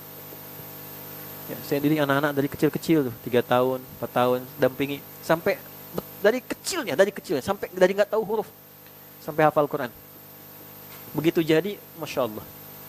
Sekarang pada hafal matan, pada hafal macam-macam tuh. Itu jauh. Jadi kita pun yang ngajar, nggak ada yang bisa membandingi itu. Apalagi Anda dapat anugerah begitu, mau dapat proyek sebesar apapun tuh hilang. Paling enak, Quran tuh paling enak kalau ada di rumah. Jadi kalau ada masalah pribadi bisa sholat, terus lihat anak mulai baca Quran aja, udah enak rasanya lain. Nah itu yang menjaga. Itulah korelasi antara iman dengan ketenangan. Jadi nggak bisa ketenangan diukur dengan harta tuh nggak bisa, nggak selalu dengan harta itu. Makanya komen Nabi apa? Tunkahul mar'atu li arba'in. Motif orang menikah, baik laki-laki ke perempuan atau sebaliknya, biasanya secara tradisi ada 4 cara pandangnya. 1, li jamaliha, karena kondisi fisiknya, gantengnya, cantiknya, wajar orang lihat fisikal wajar. Tapi apa? Itu akan pudar. Ya. Yang cantik akan pudar. Betul kan? Miskin, kaya, susah, senang, kita semua sama, kan? Dan seterusnya. Karena ganteng, pudar juga. Jadi kalau dasar keinginan pada pasangan karena aspek fisikal, begitu memudar, hilang rasa. 2, lima liha, kecenderungan harta. Apalagi kalau mau menikah sudah bikin perjanjian, maaf. Perjanjian kontrak, perjanjian harta terpisah. Atau biasanya agak susah. Belajar dulu fikihnya. Untuk apa itu digunakan, mau kemana arahnya. Nanti kalau hartanya itu berkurang rasa cintanya. Ya, hasabiha, status. Bisa keluarga, bisa status. Yang anak si fulan, yang anak sepulan. Yang nikah itu Anda, bukan bapak Anda, bukan ibu Anda. Bukan status yang melekat pada keluarga Anda. Walaupun itu menentukan untuk kebaikan. Supaya mencari dalam keadaan terhormat. Nabi itu nggak disoal karena statusnya dari Quraisy. Terhormat. Makanya nggak pernah disoal. Ya coba kalau bukan dari Quraisy nggak akan disoal. Nah teman-teman, yang keempat apa? Lidiniha. Karena agamanya. Fadfar bidhatid dini taribat yadak. Kalau mau cari jodoh, cari yang agamanya kuat, maka keberuntungan Allah letakkan pada tangannya. Tariba itu tanah. Tahu tanah? Turab. Tanah yang tumbuh, yang subur. Kalau tanah subur itu keluarnya apa? Apa aja bagus. Jadi kalau tanah kehidupan rumah tangga ingin subur, melahirkan buah-buah keindahan, sakinah, mawaddah, harus mengolah tanahnya dengan baik. Nah, olahan terbaik itu pakai agama. Din itu cara terbaik membangkitkannya pakai iman. Nilainya takwa. Inna dina indallahil Islam. Ali Imran ayat 19. Nanti Islam dasarnya adalah iman. Asyhadu an la ilaha illallah, asyhadu anna Muhammadar Rasulullah. Ini poinnya. Nah, jadi kalau sudah menikah, bukan cari yang lain yang agamanya kuat, bukan. Salah persepsi. Awas, hati-hati ya, hati-hati. Jangan salah menyimpulkan. Kalau udah dipasangkan dengan pasangannya, itu yang terbaik melengkapi jalan hidupnya. Tinggal belajar semampunya untuk saling menguatkan iman. Jangan salah menyimpulkan, kenapa ya suami saya nggak seperti Ustadz? Awas tuh. Sama juga Anda, kenapa nggak seperti lainnya? Itu provokasi setan itu. Balikin. Sekarang tugasnya, kuatkan lagi agamanya. Ya, kuatkan. Nah ini poinnya teman-teman sekalian. Jadi yang pertama sholat ya. Kalau bisa ini, ada yang untuk rezeki ada tahajud, ada yang kemudian rawatib. Pokoknya yang 5 jaga dulu nih. Kalau bisa ya bisa di rumah jamaah bareng-bareng. Selesai berdoa, cium tangannya, doa bersama. Itu enak bareng. Suami mendoakan, istri ngikutin, cium tangan. Habis itu minta maaf gitu ya. Itu Masya Allah. Cukup dulu ya. 1 dulu itu. Nah, kan baru 1 amalan. Belum selesai kan? Walladzina yu'minuna bima walladzina yu'minuna bil ghaibi wa yuqimunas 1. Wa mimma razaqnahum. Nah, bagaimana membahagiakan rumah tangga dengan harta? Ada skema infak. Infak itu apa? Wa ma adraka ma infak. Orang kalau disebut infak, yang kebayangnya kan ada kotak jalan, kotak amal jalan itu kan? Itu bukan mobil-mobilan tuh, kotak infak tuh. Ya? Gitu kan? Padahal infak itu disingkatnya sering kita singkat jadi nafkah. Anfaqa yunfiqu, singkatannya nafkah. Infak pertama yang dikeluarkan itu ternyata di bab keluarga. Ar-rijalu qawwamuna 'alan nisa bima faddalallahu ba'dahum 'ala ba'din wa bima anfaqu min. Ada infak suami ke istri, ke anak, ke keluarga, ada infak ke orang tua, ada infak ke kerabat. Itu ada babnya sendiri. Ternyata mawaddah itu kalau dirawat pakai skema infak, hartanya semakin bertambah dan berkah. Ada rahasia juga di situ. Nanti kita bahas ya. Tadi ada berapa rahasia tuh? 1, amalan sahar. Tuh ini. Kemudian ketiga, Al-Quran. Walladzina yu'minuna bima unzila ilaik. Keempat, belajar sejarah. Wa ma unzila min qablik. Belajar sejarah masa lalu. Keluarkan. Pelajari tentang sahabat minimal dan sebagainya. Wabil akhirati hum. Dan punya orientasi akhirat. Kalau punya orientasi akhirat, insya Allah hidupnya lebih bermakna. Dari sekarang nyiapin kalau nanti pulang meninggal, mau di mana, kuburnya di mana, hisabnya bagaimana, harta yang ditinggalkan gimana supaya nggak rebutan. Dulu orang itu orang tua tidak khawatir dengan harta, khawatirnya dengan iman. Jadi semua orang tua kalau mau meninggal itu dikonfirmasi imannya. Kalau bapak meninggal, kamu bagaimana agamanya? Anda boleh cek di Al-Baqarah ayat 133. Am kuntum syuhada'a idh hadara Ya'qubal maut idh qala li banihi ma ta'buduna min ba'di. Pernah enggak dengar kisah saat Nabi Yakub di penghujung hayatnya dikumpulkan anak-anaknya, yang dibahas bukan warisan harta. Hanya ingin konfirmasi, kalau bapak meninggal hari ini, kalian nanti gimana agamanya? Salatnya gimana? Dijawab oleh semua anaknya, qalu na'budu ilahaka wa ilaha abaika Ibrahima wa Ismaila wa Ishaqa ilahau wahida wa nahnu lahu muslimun. Pak, jangan khawatir, kalaupun bapak wafat atau kami wafat, tetap saya akan konsisten menjaga iman saya, akidah saya sampai wafat di hadapan Allah dalam keadaan muslim. Jelas sampai sini? Semoga jelas ya untuk di awal ini. Maafkan saya kalau ada sesuatu yang kurang berkenan. Sebagai penutup saya berikan bonus sebagai tips. Kalau sedang gelisah, ambil wudhu, sholat. Apapun niatnya, apapun bentuknya. Ada masalah di kantor, di pekerjaan, di proyek, ambil wudhu, sholat. Hindari curhat ke manusia, kecuali yang memberi.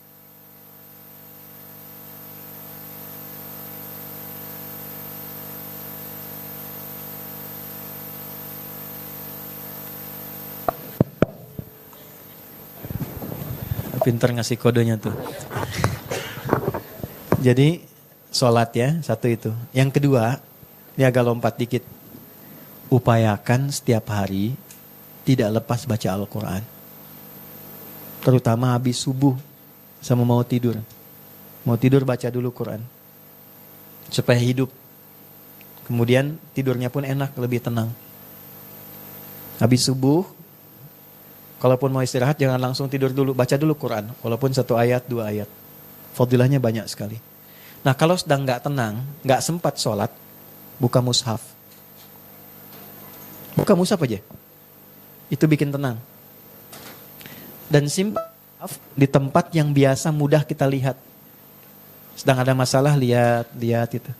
Dahsyatnya kadang-kadang kita buka, keluar ayat yang sesuai dengan apa yang sedang kita rasakan. Seringkali seperti ya, saya kira saya hanya berharap, saya menyayangi Anda semua sebagai bagian dari keluarga, Anda saudara saya, teman saya semuanya. Jadi mohonlah, kan sudah ngaji. Ya. Ini nggak ada manfaatnya. Jadi public figure, jadi artis, jadi sukses pedagang apa, nilainya nggak ada di hadapan Allah. Layan faumalun wala banun, nggak akan bermanfaat. Illa man atallaha biqalbin salim, kecuali hidup kita benar, hatinya bersih.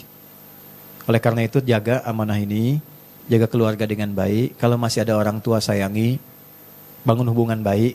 Jangan sampai karirnya kelihatan bagus tapi dengan orang tua bermasalah. Ya, nanti itu tinggal tunggu waktu itu biasanya. Ya, itu satu. Yang kedua, tolong yang ngaji-ngaji, teman-teman saling berkenalan, saling menguatkan, jaga satu bagian keluarga. Tapi dengan kacamata kasih sayang. Ya, jangan keunggulan saya yang duluan ngaji, saya belakang, tidak. Rasakan bahwa kita semua bersaudara, kita saling melengkapi dan semoga Allah jaga sampai kita kembali pada Allah dalam kebaikan. Itu yang dapat saya sampaikan. Saya mohon maaf bila ada yang kurang berkenan. Mudah-mudahan pertemuan ini bermanfaat. Ya. Allahumma taqabbal minna innaka antas sami'ul alim wa tub 'alaina innaka antat tawwabur rahim. Allahumma la tada' lana fi maqamina hadza dhanban illa ghafartah. Ya Allah, jika ada yang berbuat dosa, pernah berbuat salah, hadir di pengajian ini, jangan biarkan ia pulang kecuali Engkau telah ampuni seluruh dosa-dosanya. Wala hamban illa farajtah. Ya Allah, Engkau Maha tahu setiap yang datang, boleh jadi ada yang sedang merasakan kegelisahan. Jangan biarkan ia pulang kecuali Engkau telah tenangkan keadaan hatinya. Wala dainan illa qadaitah. Ya Allah, di antara yang datang mungkin sedang ada persoalan ekonomi di keluarganya. Sebagian terlihat oleh utang piutang, maka mohon dengan keikhlasannya limpahkan rizki kepadanya untuk melunasi utang-utangnya. Wala asiran illa yassartah. Ya Allah, Engkau Maha tahu yang datang